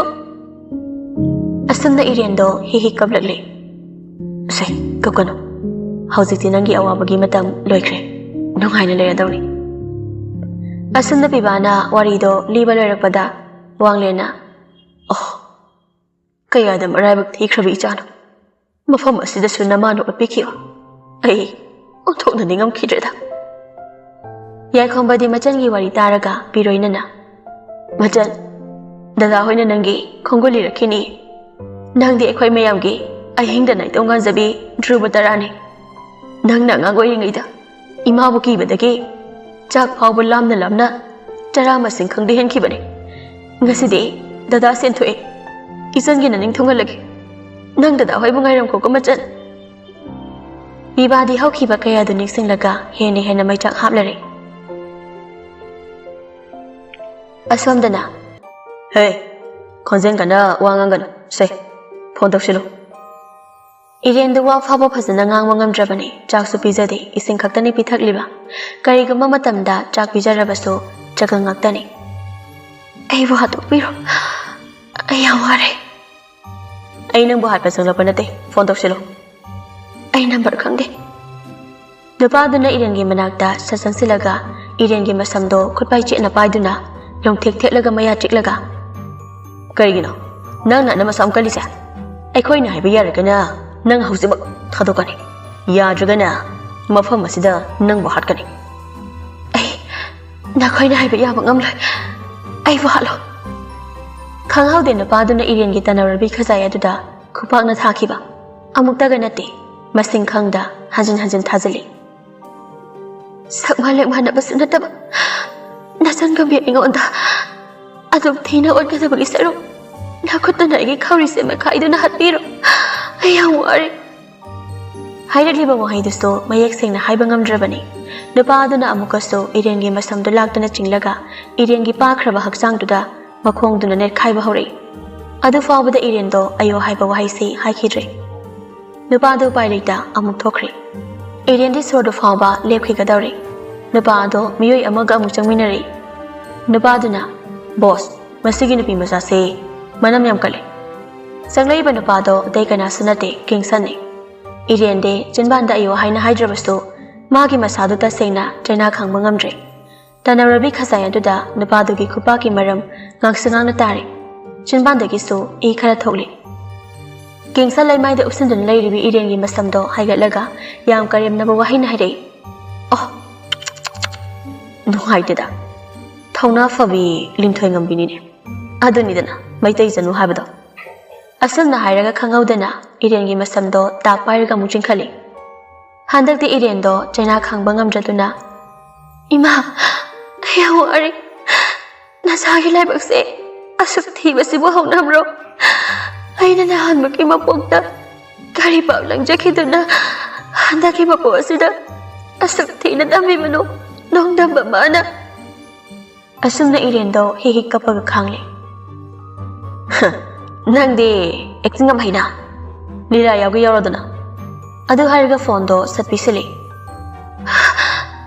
ꯑꯩꯒꯤ ꯀꯅꯥꯝꯇ ꯂꯩꯇꯦ ꯑꯩꯕꯨ ꯐꯥꯔꯒ ꯅꯈꯣꯏ ꯀꯔꯤ ꯀꯥꯟꯅꯕꯒꯦ ꯑꯩ ꯍꯤꯡꯕ ꯄꯥꯝꯗ꯭ꯔꯦ ꯀꯤꯡꯁꯟꯗꯣ ꯏꯔꯦꯟꯒꯤ ꯑꯣꯏ ꯊꯪꯕ ꯈꯨꯠꯁꯥꯗꯣ ꯇꯥꯞ ꯄꯥꯏꯔꯒ ꯈꯨꯅꯥꯎꯕꯤꯗꯣ ꯍꯦꯛꯇ ꯂꯩꯈꯥꯏꯕ ꯍꯧꯔꯛꯏ ꯏꯔꯦꯟꯗꯣ ꯈꯥꯡꯕ ꯉꯝꯖꯗ ꯈꯣꯟꯖꯦꯜ ꯊꯣꯛꯅ ꯏꯃꯥ ꯍꯟꯗꯛꯀꯤꯁꯤꯅ ꯑꯔꯣꯏꯕꯅꯤ ꯐꯣꯟ ꯇꯧꯒꯦꯅ ꯇꯧꯔꯤꯔꯥ ꯅꯔꯣꯟ ꯆꯨꯝ ꯏꯔꯦꯟꯗ ꯇꯥꯔꯛꯂꯤꯕ ꯃꯄꯤꯗꯨ ꯐꯥꯎꯕ ꯇꯩꯊꯣꯛꯅꯕꯒꯤ ꯊꯧꯅꯥ ꯂꯩꯖꯗ꯭ꯔꯦ ꯇꯞꯅ ꯃꯈꯨꯠ ꯌꯦꯠ ꯊꯥꯡꯕꯗꯨꯅ ꯐꯣꯟꯗꯣ ꯂꯧꯈꯠꯂꯒ ꯕꯤꯕꯥꯒꯤ ꯅꯝꯕꯔꯗꯨꯗ ꯀꯣꯜ ꯇꯧꯏ ꯏꯔꯦꯟꯗꯣ ꯀꯅꯥ ꯇꯥꯗ ꯊꯃꯣꯏꯗꯨꯅ ꯍꯥꯏꯖꯩ ꯗꯥꯇꯣꯟ ꯅꯪ ꯑꯩꯕꯨ ꯁꯥꯎꯒꯅꯨꯀꯣ ꯑꯩꯒꯤ ꯈꯥꯡꯕꯒꯤ ꯄꯥꯡꯒꯜ ꯂꯣꯏꯈ꯭ꯔꯦ ꯑꯗꯨꯅ ꯗꯥꯇꯣꯟ ꯅꯪꯒꯤ ꯅꯝꯕꯔꯁꯤꯗ ꯑꯩ ꯀꯣꯜ ꯇꯧꯔꯕꯅꯤ ꯑꯁꯨꯝꯅ ꯏꯔꯦꯟꯗꯣ ꯄꯤꯔꯥꯡꯇꯅ ꯆꯥꯝꯊꯣꯛꯂꯦ ꯃꯥꯏꯊꯣꯡꯗꯣ ꯑꯁꯣꯝꯗꯁꯨ ꯃꯄꯥ ꯃꯆꯥ ꯑꯍꯨꯝꯗꯣ ꯇꯨꯝꯗ꯭ꯔꯤꯕꯅꯤ ꯄꯨꯂꯤꯁꯇꯁꯨ ꯄꯥꯎ ꯄꯤꯈ꯭ꯔꯁꯤ ꯍꯥꯏꯗꯨꯅ ꯂꯦꯞꯅꯗꯨꯅ ꯂꯩꯔꯤꯉꯩꯒꯤ ꯃꯤꯀꯨꯞꯇꯨꯗ ꯌꯥꯝ ꯊꯥꯖꯗꯅ ꯕꯤꯕꯥꯒꯤ ꯐꯣꯟꯗꯣ ꯂꯥꯛꯄꯗꯨꯗ ꯃꯄꯥ ꯃꯆꯥ ꯑꯍꯨꯝꯗꯣ ꯍꯥꯏꯐꯦꯠ ꯌꯦꯡꯅꯔꯛꯏ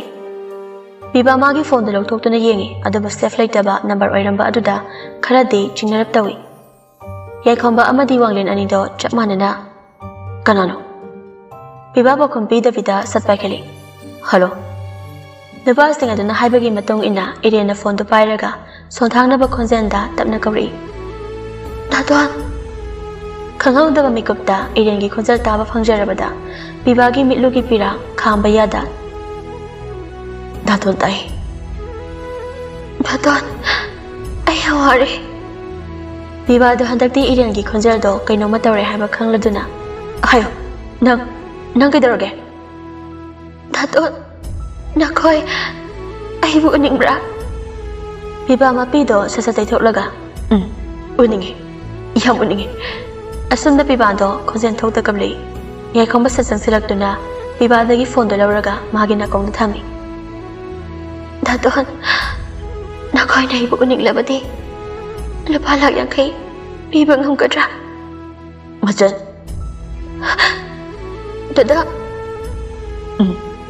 ꯉꯝꯒꯅꯤ ꯏꯆꯟꯒꯤꯗꯃꯛꯇ ꯗꯗꯥ ꯍꯣꯏꯅ ꯁꯣꯏꯗꯅ ꯄꯩꯁꯥ ꯄꯤꯕ ꯉꯝꯒꯅꯤ ꯅꯪꯕꯨ ꯀꯥꯏꯗ ꯂꯩꯒꯦ ꯌꯥꯏꯈꯣꯝꯕꯁꯨ ꯋꯥꯍꯩꯗꯨ ꯍꯦꯛ ꯍꯥꯏꯕ ꯂꯣꯏꯕꯒ ꯃꯄꯤ ꯁꯠ ꯇꯩꯊꯣꯛꯏ ꯋꯥꯡꯂꯦꯟꯁꯨ ꯕꯤꯕꯥꯕꯨ ꯊꯦꯝꯖꯤꯜꯂꯤꯕꯅꯤ ꯏꯔꯦꯟꯗꯣ ꯌꯥꯝ ꯋꯥꯕ ꯈꯣꯟꯖꯦꯜꯗ ꯗꯗꯥ ꯕꯕꯥꯗꯣ ꯑꯩꯉꯣꯟꯗ ꯁꯥꯎꯕ꯭ꯔꯥ ꯌꯥꯏꯈꯣꯝꯕ ꯋꯥ ꯉꯥꯡꯊꯣꯛꯄ ꯉꯝꯗ꯭ꯔꯦ ꯁꯥꯎꯗꯦ ꯀꯩ ꯁꯥꯎꯗꯣꯏꯅꯣ ꯕꯕꯥꯅ ꯅꯪꯕꯨ ꯇꯅꯤ ꯍꯪꯂꯤꯕꯁꯦ ꯋꯥꯡꯂꯦꯟ ꯃꯆꯥꯅꯨꯄꯤꯅ ꯃꯥꯕꯨ ꯍꯪꯂꯛꯄꯗꯨꯗ ꯆꯦꯟꯁꯤꯟꯗꯨꯅ ꯏꯆꯥꯇꯣꯝꯕꯤ ꯕꯕꯥ ꯉꯁꯤꯁꯨ ꯏꯆꯥꯕꯨ ꯍꯜꯂꯛꯄ ꯉꯥꯏꯔꯤꯅꯦ ꯏꯆꯥꯒꯤ ꯁꯛꯇꯝ ꯎꯔꯛꯇꯕ ꯅꯨꯃꯤꯠ ꯃꯁꯤꯡ ꯌꯥꯝꯂꯛꯂꯤ ꯕꯕꯥ ꯅꯪꯕꯨ ꯎꯗꯕꯗ ꯉꯥꯎꯔꯦ ꯑꯁꯣꯝꯅ ꯋꯥꯡꯂꯦꯟꯗꯣ ꯊꯃꯣꯏ ꯁꯣꯛꯅ ꯀꯞꯂꯤ ꯏꯔꯦꯟꯗꯣ ꯅꯨꯡꯁꯤꯅ ꯀꯧꯔꯛꯏ ꯕꯕꯥ ꯍꯥꯏꯌꯣ ꯏꯆꯥꯅ ꯍꯥꯏꯅꯤꯡꯕꯗꯣ ꯂꯣꯏꯅ ꯕꯕꯥ ꯂꯩꯔꯤꯕꯁꯤꯗꯤ ꯌꯥꯏꯈꯣꯝꯕ ꯕꯤꯕꯥ ꯑꯅꯤꯗꯣ ꯃꯆꯤ ꯃꯁꯤꯗ ꯂꯦꯞꯇꯨꯅ ꯀꯞꯇꯨꯅ ꯂꯩꯔꯤ ꯕꯕꯥ ꯅꯆꯥꯕꯨ ꯎꯅꯤꯡꯂꯕꯗꯤ ꯂꯨꯄꯥ ꯂꯥꯛ 50 ꯊꯤꯟꯕꯤꯔꯛꯑꯣ ꯕꯕꯥ ꯁꯣꯏꯗꯅ ꯊꯤꯜꯂꯛꯀꯅꯤ ꯏꯆꯥꯗꯒꯤ ꯍꯦꯟꯕ ꯀꯔꯤꯁꯨ ꯂꯩꯇꯦ ꯅꯪꯗꯤ ꯕꯕꯥꯒꯤ ꯃꯤꯠꯃꯥꯡꯗ ꯅꯨꯃꯤꯠ ꯊꯥꯒꯨꯝ ꯉꯥꯟꯗꯨꯅ ꯂꯩꯒꯗꯕꯅꯤ ꯏꯆꯥ ꯀꯥꯏꯅꯕ ꯉꯝꯂꯣꯏꯅꯦ ꯑꯗꯣ ꯕꯕꯥ ꯑꯩꯅ ꯐꯣꯟ ꯇꯧꯔꯛꯇꯨꯅ ꯑꯁꯨꯝꯅ ꯍꯥꯏꯔꯛꯏ ꯍꯥꯏꯗꯨꯅ ꯏꯃꯥꯗꯗꯤ ꯈꯪꯍꯟꯕꯤꯒꯅꯨꯀꯣ ꯏꯃꯥ ꯈꯪꯂꯗꯤ ꯑꯃꯨꯛ ꯁꯥꯎꯒꯅꯤꯌꯦ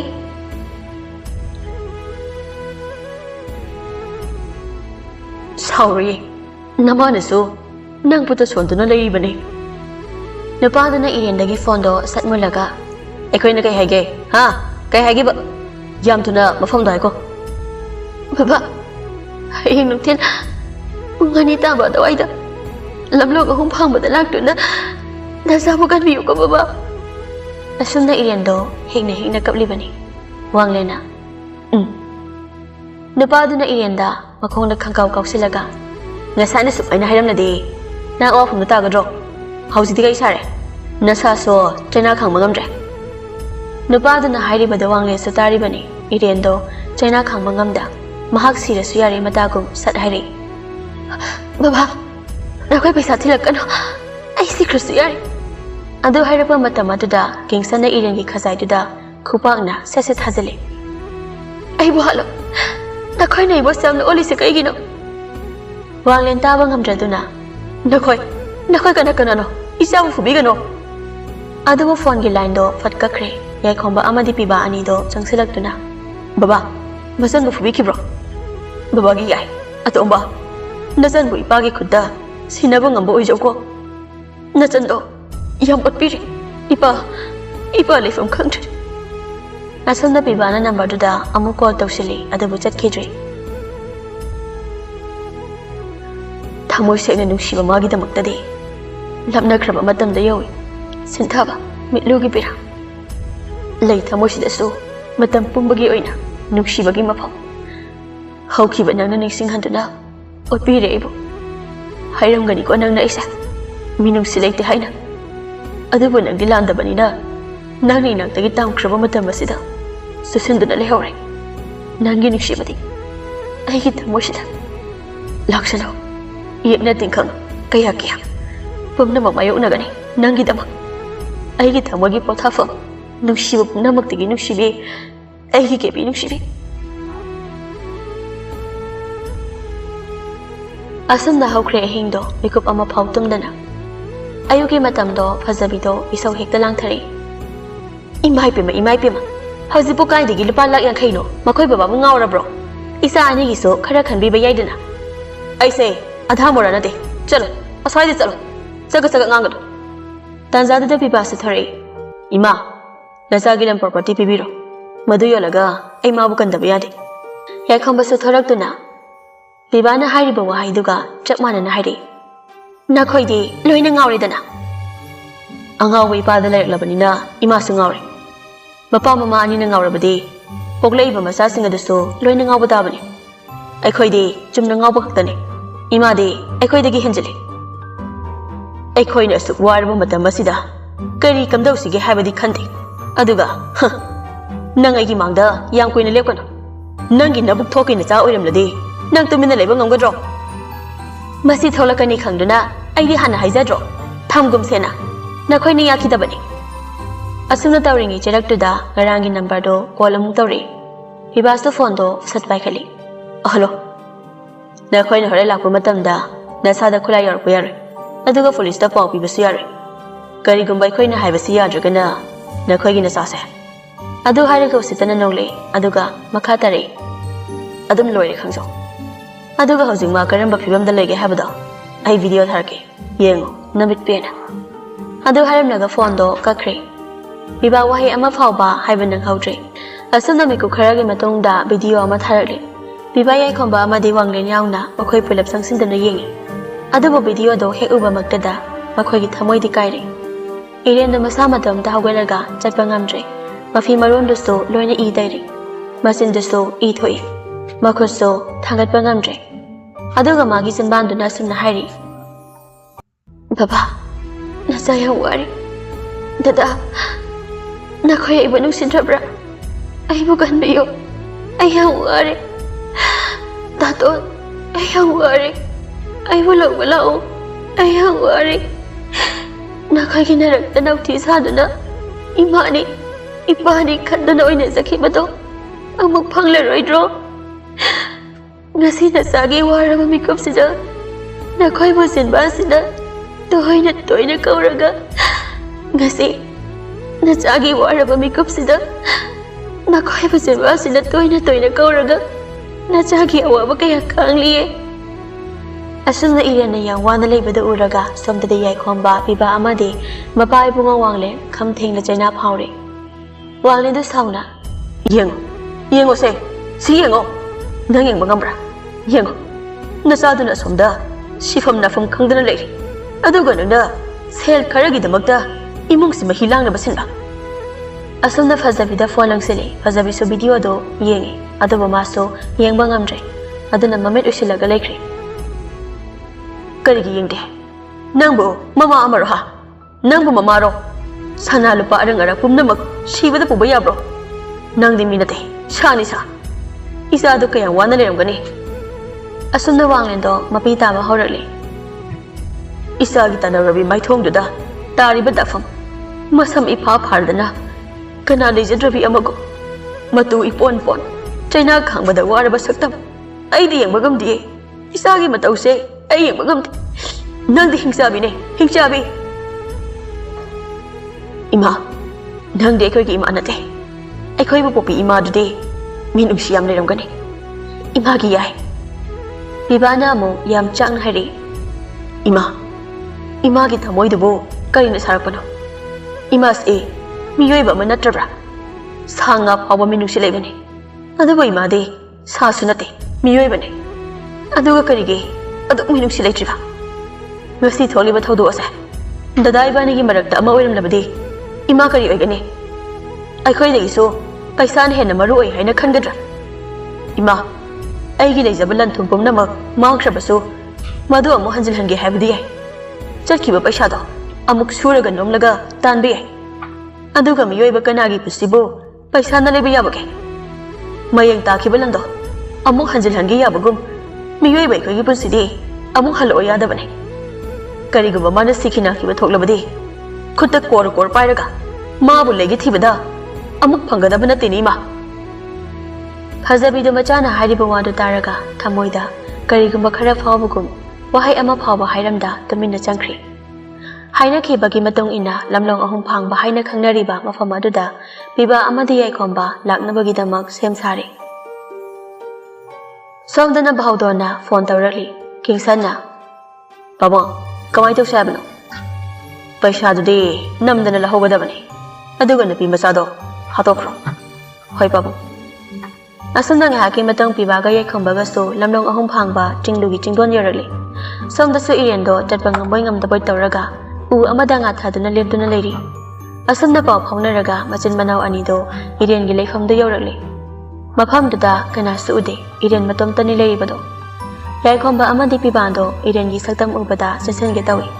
Iren so mabung anibo zaba mikupta awaba pumba kawkhibagum mitlu pirang ihauna sonthana na kauri. Dada, Dato, aikoy nang bulabula abani. Adu hairaga kongkaw ahumu thangba horakpada nakandagi nupa ama thoraktuna. Ngaiko, aikoy nakoy na hariba senphomdu purakle. Maboy koy kudasino. Soidana sinagani. Paisado hana yengi. Yaikhomba pibada hairab yenglei. Piba sabhab taraduna paisado nupa aduda satlang sili. Nupa ado paisa mayamdo ubada matomdagi oiningba phawri. Aduna mahak paisado puraga mafam adudagi sienkrage haina khali. Piba amadi yaikhomba anido irengi manakta hekchangge tawbaga kingsanna. Ngaiko. Yaikhomba sawrakli aduna sat hairi. Kari muwalige. Nakoy halo. Piba na kari maramge. Nakoy gina sansa bukhibe yaro. Nakoy na pamisa kaino. Nakoy gina sansa aigi oiragedana. Piba sauna kingsanda sensinduna khut thaba hori. Adabu khanghaudana mafamdo namoi makhonna pumni ngaihakdang dudi mathong maram khangkhidre. Yaikhombaga pibaga so masada nongmai yarakpana ngaihakdang do khut thoknare. Hana leiminaraba miyoising aduso puksen manaramdabana paisa lawkhiba nupa ado senkhige tawbaga nupa amana makhongda nongmaina kaple. Adabu nupa ado yam thina sogaudre. Aduna amuka chenge tawbada ngasai nongmai kaplakhiba nupa aduna amuka hana nongmaido kapsilakpani. Adabu miyoi adudi chenkhibana hankhiduna magi hek matungda mabung anibu kauduna chaina khanglibi irengi mabukta oina pankhri. Khanghauda irengi simbaldagi ima haina lawkhi. Somdana yaikhomba hoiso nongmai kapnabagi makhonduna kari amata tadre. Irendu nongmaina pankhiba mafam aduda makhutuna chenna paisilaga sonthangnana kauri. Dato Irenbu nongmaina kaplamliba nupa adudi hanna phawba yenglamdana nupa adubu tanakhre. Handakti piba amadi yaikhomba anido phattaba miyoising aduga khut thoknaringeiduda irenna sonthangnana kaurakpadu taraduna machin manaw anido sasat yengthori. Adubu irendi chingmai adudagi takhigadabagi tawrami makhada. Madubada piba nungsitki mang thana sensilaktuna irengi makhutto paiduna yali. Irenso milu piranga loinana Dato lai Adu hairaga Biba milu dagi pirang lepalai te sintare Biba gi mitagi tari bapi aduna Iren gi laibakta tap tari Adu khanghaudana Iren gi makhoto nantholaga angamba sing adu dagi onthak Biba tanik laba khonjal ga loinana Kebi Yakham basi uslaktuna Biba bu sasin khalaga Now macandi Dada ai ma bu chingkhat bangam hodre Yakham ba haifam khangda masado matung lomda khongkap ani gum bahandoi Nakal namadana wanglen masa singi ipaw amata tarak trabada pakhatuna police station laktuna officer aduga unarami Mahaki madang police team amaga loinana lamlong ahong phangba haina khangnariba mafam aduda lakpa hori Adumna officer aduna bawdonda phone tawduna amu mafam khara hairakli Bawdon amu kingsanda phone taroktuna mafam adudagi yam thuna halao natrabadi police ki makhuda takrani haiduna asumna kingsanna maga loinarakpa miyoi singa du puduna mafam adudagi thoraki hek tawbaga Yaikhombaga pibaga do jingdudagi kumtharaga Iren gi tafam aduda satke tawringe aduda kingsando khara sangsilaktuna u amagi marumda leplaga biba tamna nongmai satkap thorakpani aduga soibadagi Yaikhomba thabak toina pankre aduga kingsande mafam adudagi magi khongloi sing aduga chenkre Yaikhomba na tung thangduna lakmina khibani machin manau anido adubu nongmai makhondu tabada bibasto sat onthokduna yengle adubu Yaikhomba de leimaida longna taduna leirami sonthangna manau nupa bu kauri now Bibasa sangsinduna mayambabu magi phebakta ngathalaga mayambagi inglaba maithongbu magi makhutuna tapna nalaga mitlugi pina turengi ising isagum sinthaраklaga dada se ogol hospital se Yaikhomba e tairaba makhutto tapna thangalaga manawna pagi makhutto pairaga namaina pankhiba mafam aduda tapna thamlaga now dada kashi tawri se Nangi khudom bisina thinjilaga nongoi marusha lokthokpa ngamriyo Yaikhomba na hairibado China khangba ngamlaktabadagi hairibani Nati dada se ai nangada kolo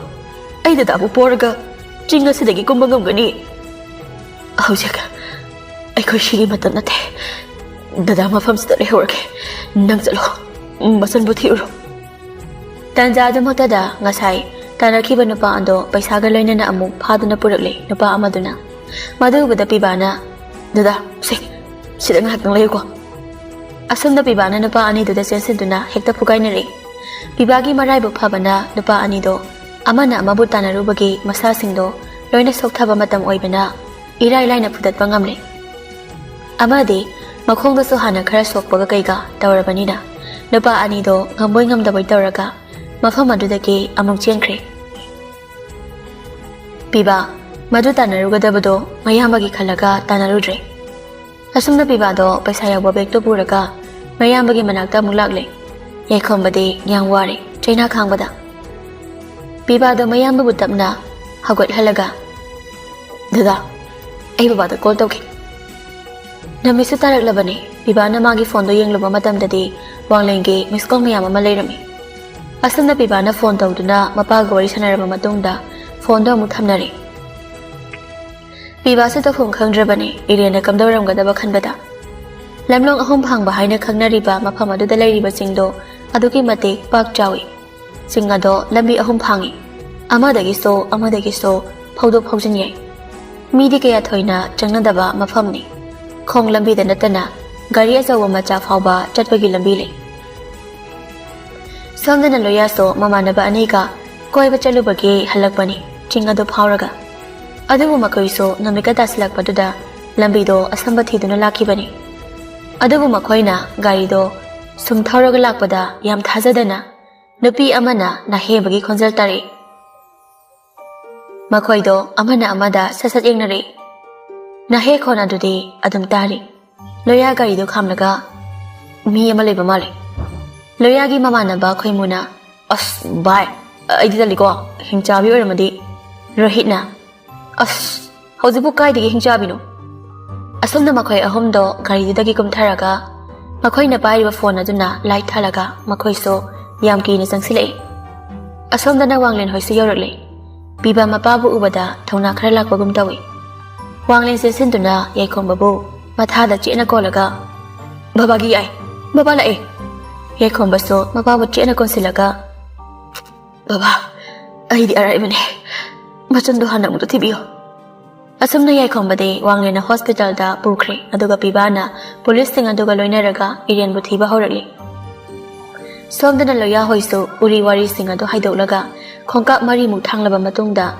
ꯅꯨꯄꯤ ꯑꯃ ꯆꯤꯡꯆꯦꯞꯇꯨꯗ ꯃꯣꯡꯈꯥꯡꯅꯔꯒ ꯌꯥꯝ ꯐꯤꯕꯝ ꯆꯥꯗꯅ ꯂꯩꯕꯗꯨ ꯎꯔꯛꯏ ꯈꯣꯏꯃꯨꯗꯤ ꯄꯥꯈꯠꯄꯅ ꯂꯣꯏꯔꯦ ꯑꯁꯨꯝꯅ ꯃꯈꯣꯏꯅ ꯏꯔꯦꯟꯕꯨ ꯄꯨꯗꯨꯅ ꯊꯣꯔꯛꯂꯦ ꯑꯗꯨꯒ ꯍꯣꯁꯄꯤꯇꯥꯜ ꯇꯝꯅ ꯒꯥꯔꯤꯗꯣ ꯊꯧꯈ꯭ꯔꯦ ꯁꯣꯝꯗꯅ ꯄꯨꯂꯤꯁꯁꯤꯡ ꯑꯗꯨꯒ ꯄꯤꯕꯥꯒꯗꯣ ꯏꯔꯦꯟꯅ ꯇꯥꯔꯝꯕ ꯌꯥꯏ ꯍꯥꯏꯅ ꯈꯟꯕ ꯃꯐꯝꯗꯨ ꯌꯧꯔꯛꯄꯗꯗꯤ ꯅꯨꯃꯤꯗꯥꯡꯒꯤ ꯄꯨꯡ 10ꯃꯨꯛ ꯍꯦꯜꯂꯤ ꯄꯤꯕꯥꯗꯨ ꯏꯔꯦꯟꯕꯨ ꯌꯥꯝ ꯀꯧꯖꯩ ꯑꯗꯨꯕꯨ ꯀꯔꯝꯅꯗꯤ ꯈꯨꯝꯂꯛꯀꯅꯤ ꯀꯅꯥꯅꯁꯨ ꯇꯥꯕꯤꯗ꯭ꯔꯕꯗ ꯄꯤꯕꯥꯗꯣ ꯀꯞꯄꯗꯁꯨ ꯃꯊꯣꯡ ꯃꯔꯝ ꯈꯪꯗ꯭ꯔꯦ ꯃꯌꯥꯝꯕꯒꯤꯕꯨ ꯈꯟꯒꯗ꯭ꯔꯥ ꯏꯔꯦꯟꯒꯤꯕꯨ ꯈꯟꯒꯗ꯭ꯔꯥ ꯑꯁꯨꯝꯅ ꯁꯨꯝ ꯊꯤꯔꯛꯄꯅ ꯄꯤꯕꯥ ꯃꯊꯣꯡ ꯃꯔꯝ ꯈꯪꯗꯅ ꯂꯩꯃꯥꯏꯗꯨꯗ ꯍꯦꯛꯇ ꯐꯝꯊꯔꯒ ꯏꯔꯦꯟꯕꯨ ꯑꯃꯨꯛꯁꯨ ꯀꯧꯏ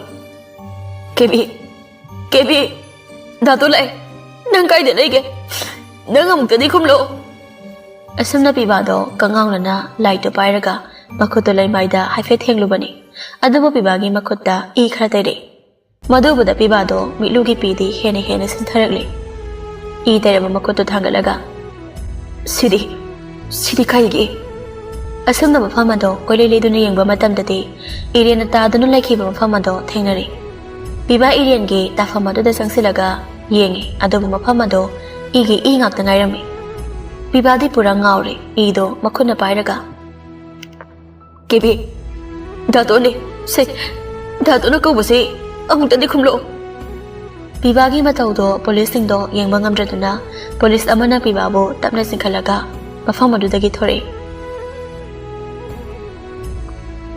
ꯅꯥꯀꯜ ꯑꯃꯗꯅ ꯍꯣꯁꯄꯤꯇꯥꯜ ꯌꯧꯒꯗꯕ ꯈꯖꯤꯛꯇꯪ ꯉꯥꯏꯔꯕ ꯃꯇꯝ ꯑꯗꯨꯗ ꯏꯔꯦꯟꯗꯣ ꯁꯣꯔꯗꯨ ꯆꯥꯎꯅ ꯑꯅꯤꯔꯛ ꯍꯣꯟꯗꯣꯛꯂꯝꯂꯒ ꯆꯞ ꯂꯦꯞꯈ꯭ꯔꯦ ꯔꯣꯍꯤꯠ ꯏꯔꯦꯟꯒꯤ ꯃꯤꯍꯨꯟꯗꯣ ꯂꯩꯔꯤꯕ꯭ꯔꯥ ꯍꯥꯏꯗꯨꯅ ꯈꯨꯗꯥꯡꯗꯣ ꯄꯥꯏꯔꯒ ꯌꯦꯡꯉꯤ ꯑꯗꯨꯕꯨ ꯐꯪꯗ꯭ꯔꯦ ꯔꯣꯍꯤꯠꯇꯤ ꯏꯔꯦꯟꯒꯤ ꯁꯛꯇꯝꯗꯨꯗꯪ ꯌꯦꯡꯕꯗ ꯌꯥꯝ ꯊꯤꯅ ꯅꯨꯡꯉꯥꯏꯇꯅ ꯍꯥꯏꯔꯛꯏ ꯚꯥꯏ ꯃꯥꯁꯦ ꯌꯥꯒꯗꯕ ꯃꯥꯟꯗ꯭ꯔꯦ ꯂꯣꯌꯥꯗꯣ ꯀꯔꯤꯒ ꯊꯛꯐꯝ ꯈꯪꯗ꯭ꯔꯦ ꯐꯠꯇ ꯅꯨꯡꯗ ꯊꯣꯛꯂꯗꯤ ꯀꯝꯗꯧꯒꯅꯤ ꯈꯟꯕꯗ ꯁꯣꯝꯗꯅ ꯄꯤꯕꯥ ꯃꯌꯨꯝ ꯂꯝꯗ ꯆꯪꯗꯕꯤꯗ ꯃꯌꯥꯝꯕꯒꯤ ꯃꯅꯥꯛꯇ ꯑꯣꯏꯅ ꯆꯪꯂꯤ ꯑꯗꯨꯕꯨ ꯂꯥꯏꯕꯛ ꯐꯕꯅ ꯌꯥꯏꯈꯣꯝꯕꯒꯤ ꯊꯕꯛꯇ ꯄꯥꯟꯈꯤꯕ ꯅꯣꯡꯃꯩ ꯃꯔꯨ ꯑꯗꯣ ꯗꯣꯛꯇꯔꯁꯤꯡꯅ ꯅꯤꯡꯊꯤꯅ ꯍꯣꯠꯅꯗꯨꯅ ꯀꯩꯁꯨ ꯊꯣꯏꯗꯣꯛꯄ ꯇꯧꯗꯅ ꯂꯧꯊꯣꯛꯂꯤ ꯃꯌꯨꯝ ꯂꯣꯝꯗꯅ ꯃꯃꯥ ꯐꯖꯕꯤꯗꯣ ꯃꯆꯥꯁꯤꯡ ꯑꯃꯗꯤ ꯃꯄꯨꯔꯣꯏꯕꯒꯤ ꯃꯄꯥꯎ ꯉꯥꯏꯕꯗ ꯋꯥꯔꯦ ꯐꯖꯕꯤ ꯍꯧꯖꯤꯛꯇꯗ ꯅꯤꯡꯉꯝꯂꯛꯇ꯭ꯔꯦ ꯃꯥꯅ ꯏꯔꯦꯟꯕꯨ ꯌꯨꯝꯁꯤꯗ ꯃꯆꯥ ꯁꯛꯅ ꯂꯨꯅ ꯆꯥꯅ ꯇꯧꯗꯨꯅ ꯅꯋꯣꯛ ꯅꯀꯣꯟꯂꯝꯂꯕꯗꯤ ꯉꯁꯤ ꯊꯣꯛꯂꯤꯕ ꯊꯧꯗꯣꯛꯁꯦ ꯊꯣꯛꯂꯝꯂꯣꯏꯀꯣ ꯍꯥꯏꯅ ꯈꯜꯂꯨꯕꯗ ꯅꯤꯡꯉꯝꯗꯕꯒꯤ ꯃꯩꯅ ꯆꯨꯔꯛꯂꯤ ꯐꯖꯕꯤꯗꯣ ꯃꯤꯠꯂꯨꯒꯤ ꯄꯤꯔꯥꯡ ꯈꯥꯝꯕ ꯌꯥꯗ ꯍꯥꯏꯔꯛꯏ ꯏꯃꯥꯒꯤ ꯏꯔꯦꯟ ꯏꯃꯥꯅꯒꯤ ꯅꯐꯝꯗ ꯂꯥꯟꯈ꯭ꯔꯦ ꯅꯪ ꯅꯕꯨꯡ ꯑꯅꯤꯒ ꯂꯣꯏꯅꯅ ꯌꯨꯝꯁꯤꯗ ꯍꯜꯂꯛꯎꯀꯣ 이만에 사생부 카우랑나 ngairiye imagi bema nakal amadana iriendo hospital yauraduna emergency ward ta pusinba doctor mayam sangduna oxygen thajinduna kana irengi thawai kana bo honari asumda nong sungan khre asamdana bhaudona kingsanda amu chai nangna sampang ni sikai gino moi ani do phara ba thokladi ai khoi di loire ne asumna namit kharani housing khre yaikhom bastu mayumda putharakle phajabi masa singbu ngai duna leirami mapa masa ahumdo gaidagi hekum tharakpaga phajabi irienbu yawbur haini yenglei nangbo maidu ongna ba tawrone phajabi maidu chamnaga hairi se mai se kanto maidu he opoloi baga phajabi yam langtakna na hanglei moiba isa tombidi ngasi yam thajadaba mikopta phajabina irenbo isa tombidi haina hanglakpada wangle nangna matam amada tathi da oina tawbi khibi aigi isa do nangaina amu uba phangani thajadre phajabi majani gi manakta sangsilaga imagi atomba nakhoina chanbu lobu chakhiba daine aduga na chandi kada da thanam laba ya khamba amadi pibado luktharaga damar lebli ꯀꯩꯒꯤꯅꯣ ꯅꯈꯣꯏꯅ ꯇꯨꯃꯤꯟ ꯂꯩꯔꯤꯕꯁꯦ ꯈꯨꯝꯃꯨ ꯅꯆꯟ ꯀꯗꯥꯏꯗ ꯂꯩꯍꯧꯔꯒꯦ ꯉꯔꯥꯡꯗꯤ ꯅꯈꯣꯏ ꯄꯨꯟꯅ ꯂꯩꯃꯤꯟꯅꯔꯤ ꯍꯥꯏꯈꯤꯕꯗꯥꯏꯅꯦ ꯏꯃꯥꯒꯤ ꯏꯔꯦꯟ ꯅꯪꯕꯨ ꯏꯃꯥꯕु ꯋꯥꯔꯧꯗꯨꯅ ꯌꯨꯝꯁꯤꯗ ꯑꯃꯨꯛ ꯍꯜꯂꯛꯇ꯭ꯔꯕ꯭ꯔꯥ 이마, 이자부 목자이르리에 ꯅꯪ ꯏꯃꯥꯕꯨ ꯋꯥꯔꯧꯔꯕ꯭ꯔꯣ ꯑꯗꯨ ꯍꯥꯏꯔꯒ ꯐꯖꯕꯤꯗꯣ ꯊꯃꯣꯏ ꯁꯣꯛꯅ ꯀꯞꯂꯤ ꯑꯁꯨꯝꯅ ꯃꯈꯣꯏ ꯏꯃꯨꯡꯗ ꯑꯃꯨꯛ ꯆꯪꯂꯛꯇꯨꯅ ꯌꯥꯏꯈꯣꯝꯕꯕꯨ ꯅꯤꯡꯊꯤꯅ ꯄꯣꯊꯥꯍꯜꯂꯒ ꯋꯥꯡꯂꯦꯅ ꯄꯣꯂꯤꯁꯅ ꯐꯠꯇ꯭ꯔꯕ ꯃꯤꯑꯣꯏꯁꯤꯡ ꯑꯗꯣ ꯍꯧꯖꯤꯛ ꯀꯟꯅ ꯊꯤꯔꯤꯕꯅꯤ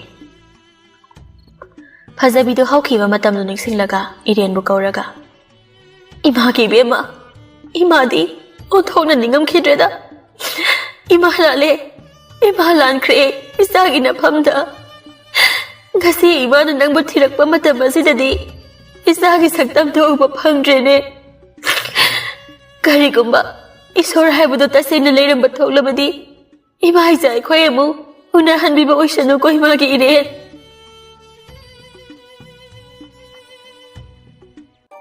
hospital dani loyade topong khangdre hauji irengi phibam yam thina lure doctor singdo mikup ama phawba thadokdana irenbu senari bani social media gi matamni thaudo adugi matangda newspaper amadi ato ISTV da mipum khudingmak loina yengnari bani khangnari bani adabu bhaujong gi background phabana hojikso tumin lainari bani wanglengi so watpanate nak yeta magi dama pambom tingina ba adabu aphaba midi phana adum khalli haiduni aduna ngase phawba irengi mamagi case ado namsinduna thambada kariso haidri bani ani do kukan pangan mangaktani yengnaba tari nunga thengainabada karambana ngami haibado asomdana wanglengi imungdo pungsiksi kana amata chagani thagani khangdre phajabi imungdo wairam tasili kangkhalu khaloina yori mana sum imungdo sengdorakpaduda yam thajadana sumsiki matondo punglang hiklangkhai mari yanduna yori batam mamada magi mangkhiba mari paringdo phajabi yam ngakna mari paringduda yenglaga tumin second khadilai madugi matong mari paringdo magi makhutuna thangatlaga yengi adabu khanghaudana milu anida birang ihauna makhutuna chena paisilaga imagi iren imase ningamdaba hena hablare kari sulai traba mari paringa sibu lajadrabi isada taina khibado madamduda irenna haikibado ningsinglei ima aide imagi mari paringdo kadai thamgi khangdi hey huran bana huiyena kaidongda haidabani sasa puthoro ima ai sengba imagi likto lawdi asumna phajabina irenbo masam phoibi khiba kupangna thabi khiba phubi khiba chebi khiba mayamdo magi mitmangda mathang loina ubagam torli phajabi hainingai lektana aduki matik nungaitri isana angang oiringaida chak lamduna chak jage tawbada aina minungsi leitana tanthokiba aise mi oiramdre aise sa oiramle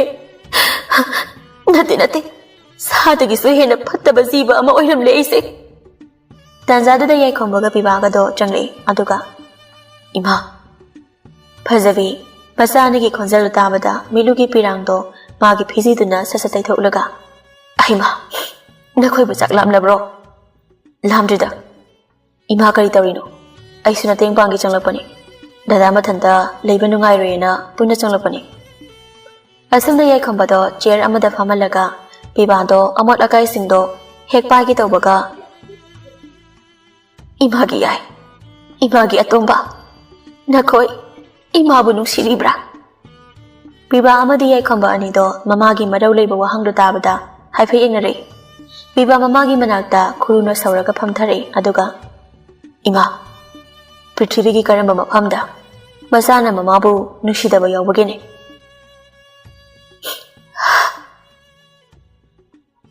phajabi hekna kamlei aduga amu hairi mana pairiba sanagi mari paringdo magi khobakta thamlaga yengo imagi matam amada mangki balikto kang khama khasna leiramle aina lanjadrabi isadu taina khiba ima yam nigamdre ai bui sado muktauna hallo imagi atomba biba irenbo ningsinglaga tumin adum kapjabani ꯑꯗꯨꯕꯨ ꯃꯃꯥꯒꯤ ꯃꯇꯧꯗꯨ ꯎꯔꯒ ꯃꯤꯠꯀꯤꯄꯤ ꯈꯥꯝꯕ ꯌꯥꯗ ꯏꯃꯥ ꯑꯩꯈꯣꯏꯁꯨ ꯐꯅ ꯀꯟꯅ ꯊꯤꯔꯤꯕꯅꯤ ꯑꯗꯨꯕꯨ ꯃꯍꯥꯛ ꯁꯤꯈ꯭ꯔꯕ꯭ꯔꯥ ꯅꯠꯇ꯭ꯔꯒ ꯍꯤꯡꯂꯤꯕ꯭ꯔꯥ ꯍꯥꯏꯕ ꯅꯆꯥꯁꯤꯡꯁꯨ ꯈꯪꯗ꯭ꯔꯦ ꯌꯥꯏꯈꯣꯝꯕꯁꯨ ꯑꯗꯨꯃꯉꯥꯏ ꯃꯈꯣꯏ ꯑꯍꯨꯝꯅ ꯀꯣꯏꯂꯥꯡ ꯂꯥꯡꯗꯨꯅ ꯄꯨꯡꯅꯤꯟ ꯅꯤꯟꯈꯤꯕ ꯆꯥꯎꯈ꯭ꯔꯕ ꯌꯨꯝ ꯑꯗꯣ ꯄꯨꯡꯍꯥꯡ ꯍꯦꯛ ꯍꯥꯡꯍꯧꯔꯕꯅꯤꯅ ꯀꯅꯥꯅꯕꯨ ꯅꯨꯡꯉꯥꯏꯒꯅꯤ ꯌꯥꯏꯈꯣꯝꯕ ꯃꯁꯥꯗꯣ ꯀꯌꯥ ꯀꯟꯅ ꯅꯨꯡꯉꯥꯏꯕꯗꯤ ꯅꯠꯇꯕꯅꯤꯅ ꯐꯝꯅ ꯍꯥꯏꯔꯛꯏ ꯃꯈꯨꯠꯇꯣ ꯃꯔꯥꯏꯕꯛꯇ ꯊꯝꯂꯒ ꯈꯨꯅꯤꯡꯅ ꯉꯥꯛꯂꯒ ꯏꯃꯥ ꯃꯆꯟꯗꯣ ꯑꯃꯨꯛ ꯎꯕ ꯐꯪꯒꯅꯤ ꯊꯥꯖꯗ꯭ꯔꯦ ꯃꯥꯗꯤ ꯑꯩꯉꯣꯟꯗ ꯌꯥꯝ ꯀꯦꯖꯕꯅꯤ ꯑꯣꯏꯅꯖꯕꯅꯤ ꯃꯥꯅ ꯄꯤꯛꯂꯤꯉꯩꯒꯤ ꯃꯇꯝꯗꯣ ꯑꯩ ꯉꯁꯤꯁꯨ ꯀꯥꯎꯗꯤꯌꯦ ꯃꯥꯅ ꯆꯥꯛꯇꯤ ꯌꯥꯝ ꯂꯥꯝꯂꯗꯨꯅ ꯆꯥꯛ ꯆꯥꯒꯦ ꯍꯥꯏꯕꯗꯤ ꯉꯝꯗ ꯏꯁꯤꯡ ꯈꯔ ꯊꯛꯀꯦ ꯍꯥꯏꯗꯨꯅ ꯑꯩꯕꯨ ꯏꯁꯤꯡ ꯀꯟꯕꯤꯌꯨ ꯍꯥꯏꯗꯨꯅ ꯀꯤꯆꯟꯗ ꯆꯪꯃꯤꯟꯅꯔꯒ ꯑꯩꯅ ꯏꯁꯤꯡ ꯀꯟꯕꯒꯤ ꯃꯥꯏꯁꯦ ꯂꯩꯊꯣꯛꯂꯤꯉꯩꯗ ꯇꯦꯕꯜꯗ ꯇꯥꯕ ꯆꯒꯨꯝꯗꯣ ꯈꯨꯜꯂꯒ ꯃꯌꯥꯗ ꯍꯨꯛꯈꯤꯕ ꯌꯥꯏꯈꯣꯝꯕ ꯃꯤꯠꯂꯨꯒꯤ ꯄꯤꯔꯥꯡꯗꯣ ꯁꯠ ꯇꯩꯊꯣꯛꯂꯒ ꯃꯈꯥ ꯇꯥꯔꯛꯏ ꯑꯩꯅ ꯃꯥꯏꯁ ꯂꯩꯊꯣꯔꯛꯄꯗ ꯃꯥꯅ ꯑꯩ ꯎꯈꯤꯅꯤ ꯍꯥꯏꯗꯨꯅ ꯃꯆꯤꯟꯗꯨ ꯃꯦꯟꯁꯤꯜꯂꯒ ꯃꯈꯨꯠ ꯃꯆꯥꯗꯨꯅ ꯈꯨꯜꯂꯒ ꯍꯨꯛꯈꯤꯕ ꯆꯒꯨꯝꯗꯣ ꯁꯥꯏꯈꯤꯕ ꯑꯁꯨꯝꯅ ꯋꯥꯔꯤ ꯂꯤꯔꯛꯂꯦ ꯃꯆꯟ ꯅꯪ ꯆꯥꯛ ꯂꯥꯝꯕ꯭ꯔꯣ ꯂꯥꯝꯗꯤꯌꯦ ꯗꯗꯥ ꯑꯗꯣ ꯂꯥꯝꯗ꯭ꯔꯁꯨ ꯈꯔ ꯆꯥꯁꯤꯜꯂꯣ ꯗꯗꯥ ꯆꯥꯛ ꯌꯥꯎꯕ꯭ꯔꯥ ꯌꯦꯡꯒꯦꯀꯣ ꯗꯗꯥ ꯑꯩ ꯆꯥꯛ ꯀꯩꯁꯨ ꯂꯥꯝꯗꯦꯕ ꯍꯣꯔꯦꯟ ꯏꯃꯥꯅ ꯍꯜꯂꯛꯑꯒ ꯗꯗꯥ ꯅꯪ ꯐꯨꯕꯤꯅꯤꯌꯦ ꯑꯗꯨꯒ ꯗꯥꯇꯣꯟꯁꯨ ꯂꯩꯈꯤꯕꯅꯤ ꯀꯩꯁꯨ ꯐꯨꯔꯣꯏꯌꯦ ꯑꯗꯨꯒ ꯅꯪ ꯗꯥꯇꯣꯟ ꯂꯩꯔꯒ ꯀꯩꯗꯧꯔꯒꯦ ꯏꯔꯦꯟ ꯃꯃꯤꯠꯇꯣ ꯇꯔꯨ ꯄꯥꯡꯂꯒ ꯈꯪꯗꯦꯉꯣ ꯗꯗꯥ ꯗꯥꯇꯣꯟꯁꯦ ꯗꯗꯥꯒ ꯃꯥꯟꯅꯗꯦ ꯑꯩꯉꯣꯟꯗꯁꯨ ꯌꯥꯝ ꯁꯥꯎꯅ ꯌꯦꯡꯉꯤ ꯑꯩꯗꯤ ꯗꯥꯇꯣꯟꯁꯦ ꯌꯥꯝ ꯀꯤꯖꯩꯌꯦ ꯌꯥꯏꯈꯣꯝꯕ ꯆꯐꯨꯗꯒꯤ ꯆꯥꯛꯇꯣ ꯊꯤꯅ ꯍꯩꯔꯤ ꯅꯪ ꯗꯥꯇꯣꯟꯗꯤ ꯃꯥꯒꯤ ꯍꯩꯅꯕꯤꯅꯤ ꯅꯪ ꯀꯩꯝꯇ ꯈꯟꯒꯅꯨꯀꯣ ꯏꯔꯦꯟ ꯑꯃꯨꯛꯁꯨ ꯅꯣꯛꯐꯦꯠ ꯇꯧꯏ ꯑꯗꯨꯒꯤꯗꯤ ꯈꯪꯗꯦꯗ ꯑꯗꯣ ꯈꯔꯗꯤ ꯀꯤꯉꯣ ꯇꯥꯟꯖꯥꯗꯨꯗ ꯕꯤꯕꯥ ꯆꯪꯂꯛꯇꯨꯅ ꯗꯗꯥ ꯀꯩꯒꯤꯅꯣ ꯃꯥ ꯆꯥꯛ ꯄꯤꯖꯔꯤꯁꯦ ꯏꯃꯣꯠ ꯍꯦꯛ ꯃꯣꯠꯂꯗꯅ ꯏꯔꯦꯟꯗꯣ ꯆꯥꯛ ꯍꯨꯛꯀꯦ ꯍꯥꯏꯅ ꯇꯧꯔꯝꯕꯗꯣ ꯆꯞ ꯂꯦꯞꯄꯒ ꯕꯤꯕꯥꯗ ꯌꯦꯡꯂꯛꯏ ꯅꯥꯎ ꯅꯪ ꯆꯠꯂꯣ ꯑꯉꯥꯡꯁꯦ ꯆꯥꯛ ꯑꯃꯨꯛꯇ ꯄꯤꯖꯒꯦ ꯗꯗꯥ ꯅꯪ ꯈꯪꯅꯤ ꯍꯣꯔꯦꯟ ꯏꯃꯥ ꯂꯥꯛꯑꯒ ꯍꯥꯏꯗꯣꯛꯀꯦ ꯑꯣ ꯅꯥꯎ ꯅꯪꯁꯦ ꯑꯣꯟꯊꯣꯛꯅ ꯅꯨꯡꯉꯥꯏꯈꯤꯗ꯭ꯔꯦꯗ ꯑꯁꯨꯝꯅ ꯕꯤꯕꯥ ꯊꯣꯛꯈ꯭ꯔꯦ ꯃꯆꯟ ꯆꯥꯔꯣ ꯗꯗꯥ ꯅꯪ ꯆꯥꯛ ꯆꯥꯕ ꯂꯣꯏꯕ ꯉꯥꯏꯗꯣꯏꯅꯤ ꯏꯔꯦꯟꯅ ꯆꯥꯛꯇꯣ ꯅꯥꯀꯟꯗ ꯇꯣꯉꯥꯟꯅ ꯈꯔ ꯈꯣꯊꯔꯒ ꯍꯥꯏꯔꯛꯏ ꯗꯗꯥ ꯑꯩ ꯏꯇꯣꯝꯇ ꯆꯥꯕ ꯅꯨꯡꯉꯥꯏꯇꯦ ꯗꯗꯥꯁꯨ ꯈꯔ ꯆꯥꯋꯣ ꯑꯩ ꯏꯟꯕꯤꯒꯦ ꯗꯗꯥ ꯅꯪꯗꯤ ꯑꯩꯕꯨ ꯍꯪꯒꯣꯏꯕ꯭ꯔꯥ ꯌꯥꯏꯈꯣꯝꯕ ꯄꯤꯛꯂꯤꯕꯤ ꯏꯔꯦꯟꯒꯤ ꯋꯥꯍꯩꯗꯨ ꯇꯥꯕꯗ ꯃꯤꯠꯂꯨ ꯄꯤꯔꯥꯡ ꯏꯍꯧꯅ ꯃꯆꯟ ꯗꯗꯥꯗꯤ ꯀꯔꯤꯒꯤ ꯍꯪꯒꯣꯏꯗꯣꯏꯅꯣ ꯁꯦ ꯏꯜꯂꯛꯑꯣ ꯗꯗꯥ ꯌꯥ ꯀꯥꯊꯣꯛꯂꯦꯀꯣ ꯏꯔꯦꯟꯁꯨ ꯃꯈꯨꯠ ꯃꯆꯥꯗꯨꯅ ꯆꯥꯛꯇꯣ ꯈꯔ ꯄꯥꯏꯔꯒ ꯌꯥꯏꯈꯣꯝꯕꯗ ꯏꯟꯕꯤꯔꯤ ꯌꯥꯏꯈꯣꯝꯕꯅ ꯆꯥꯛꯇꯨ ꯆꯥꯔꯒ ꯅꯪ ꯆꯥꯛ ꯆꯥꯎ ꯍꯥꯏꯔꯒ ꯁꯨꯝ ꯇꯧꯔ ꯂꯩꯔꯦ ꯁꯦ ꯗꯗꯥ ꯑꯣꯏꯅ ꯏꯟꯕꯤꯒꯦꯀꯣ ꯑꯗꯨ ꯍꯥꯏꯔꯒ ꯃꯈꯨꯠꯇꯣ ꯍꯥꯝꯂꯒ ꯆꯥꯛꯇꯣ ꯏꯔꯦꯟꯗ ꯏꯟꯕꯤꯔꯤꯕꯅꯤ ꯏꯔꯦꯟꯗ ꯌꯥꯏꯈꯣꯝꯕꯅ ꯏꯜꯂꯛꯂꯤꯕ ꯆꯥꯛꯇꯣ ꯁꯥꯏꯗꯕꯤꯗ ꯎꯝꯂꯒ ꯍꯤ ꯀꯞꯂꯒ ꯗꯗꯥ ꯑꯩ ꯃꯃꯥꯕꯨ ꯌꯥꯝ ꯅꯤꯡꯁꯤꯡꯉꯦ ꯑꯩꯈꯣꯏ ꯃꯃꯥꯗꯣ ꯑꯩꯕꯨ ꯆꯥꯛ ꯍꯦꯛ ꯏꯟꯕꯤꯕꯅꯤ ꯑꯗꯨ ꯃꯥꯗꯤ ꯅꯣꯡꯃꯇ ꯐꯥꯎꯕ ꯂꯥꯛꯇꯦ ꯌꯥꯏꯈꯣꯝꯕ ꯏꯔꯦꯟꯕꯨ ꯇꯞꯅ ꯀꯣꯟꯁꯤꯜꯂꯒ ꯃꯆꯟ ꯑꯗꯣ ꯅꯪꯒꯤ ꯆꯥꯛ ꯏꯟꯕꯤꯅꯕ ꯗꯗꯥ ꯂꯩꯔꯤꯁꯤꯗꯤ ꯑꯁꯨꯝꯅ ꯌꯥꯏꯈꯣꯝꯕꯗꯣ ꯋꯥꯔꯤ ꯃꯈꯥ ꯇꯥꯕ ꯉꯝꯗ ꯃꯃꯤꯠ ꯎꯏꯁꯤꯟꯗꯨꯅ ꯃꯐꯝ ꯃꯔꯥꯡ ꯈꯪꯗꯅ ꯍꯧꯔꯛꯂꯤꯕ ꯃꯆꯟ ꯅꯨꯡꯁꯤꯕꯒꯤ ꯏꯍꯨꯟ ꯑꯗꯣ ꯂꯥꯛꯁꯤꯟꯕ ꯍꯣꯠꯅꯔꯤ ꯕꯤꯕꯥꯗꯤ ꯂꯨꯞꯊꯔꯒ ꯄꯨꯛꯅꯤꯡꯕꯨ ꯊꯦꯝꯖꯤꯟꯅꯕ ꯍꯣꯠꯅꯗꯨꯅ ꯂꯩꯔꯤ ꯐꯖꯕꯤꯗꯤ ꯑꯁꯣꯛꯄ ꯃꯐꯝꯗ ꯊꯨꯝ ꯊꯥꯛꯂꯛꯄꯒ ꯆꯞ ꯃꯥꯟꯅꯔꯤ ꯃꯁꯥꯅ ꯃꯁꯥꯕꯨꯁꯨ ꯇꯠꯇꯅ ꯆꯩꯖꯗꯨꯅ ꯑꯁꯨꯝꯅ ꯅꯨꯃꯤꯠꯇꯨꯁꯨ ꯍꯧꯈ꯭ꯔꯦ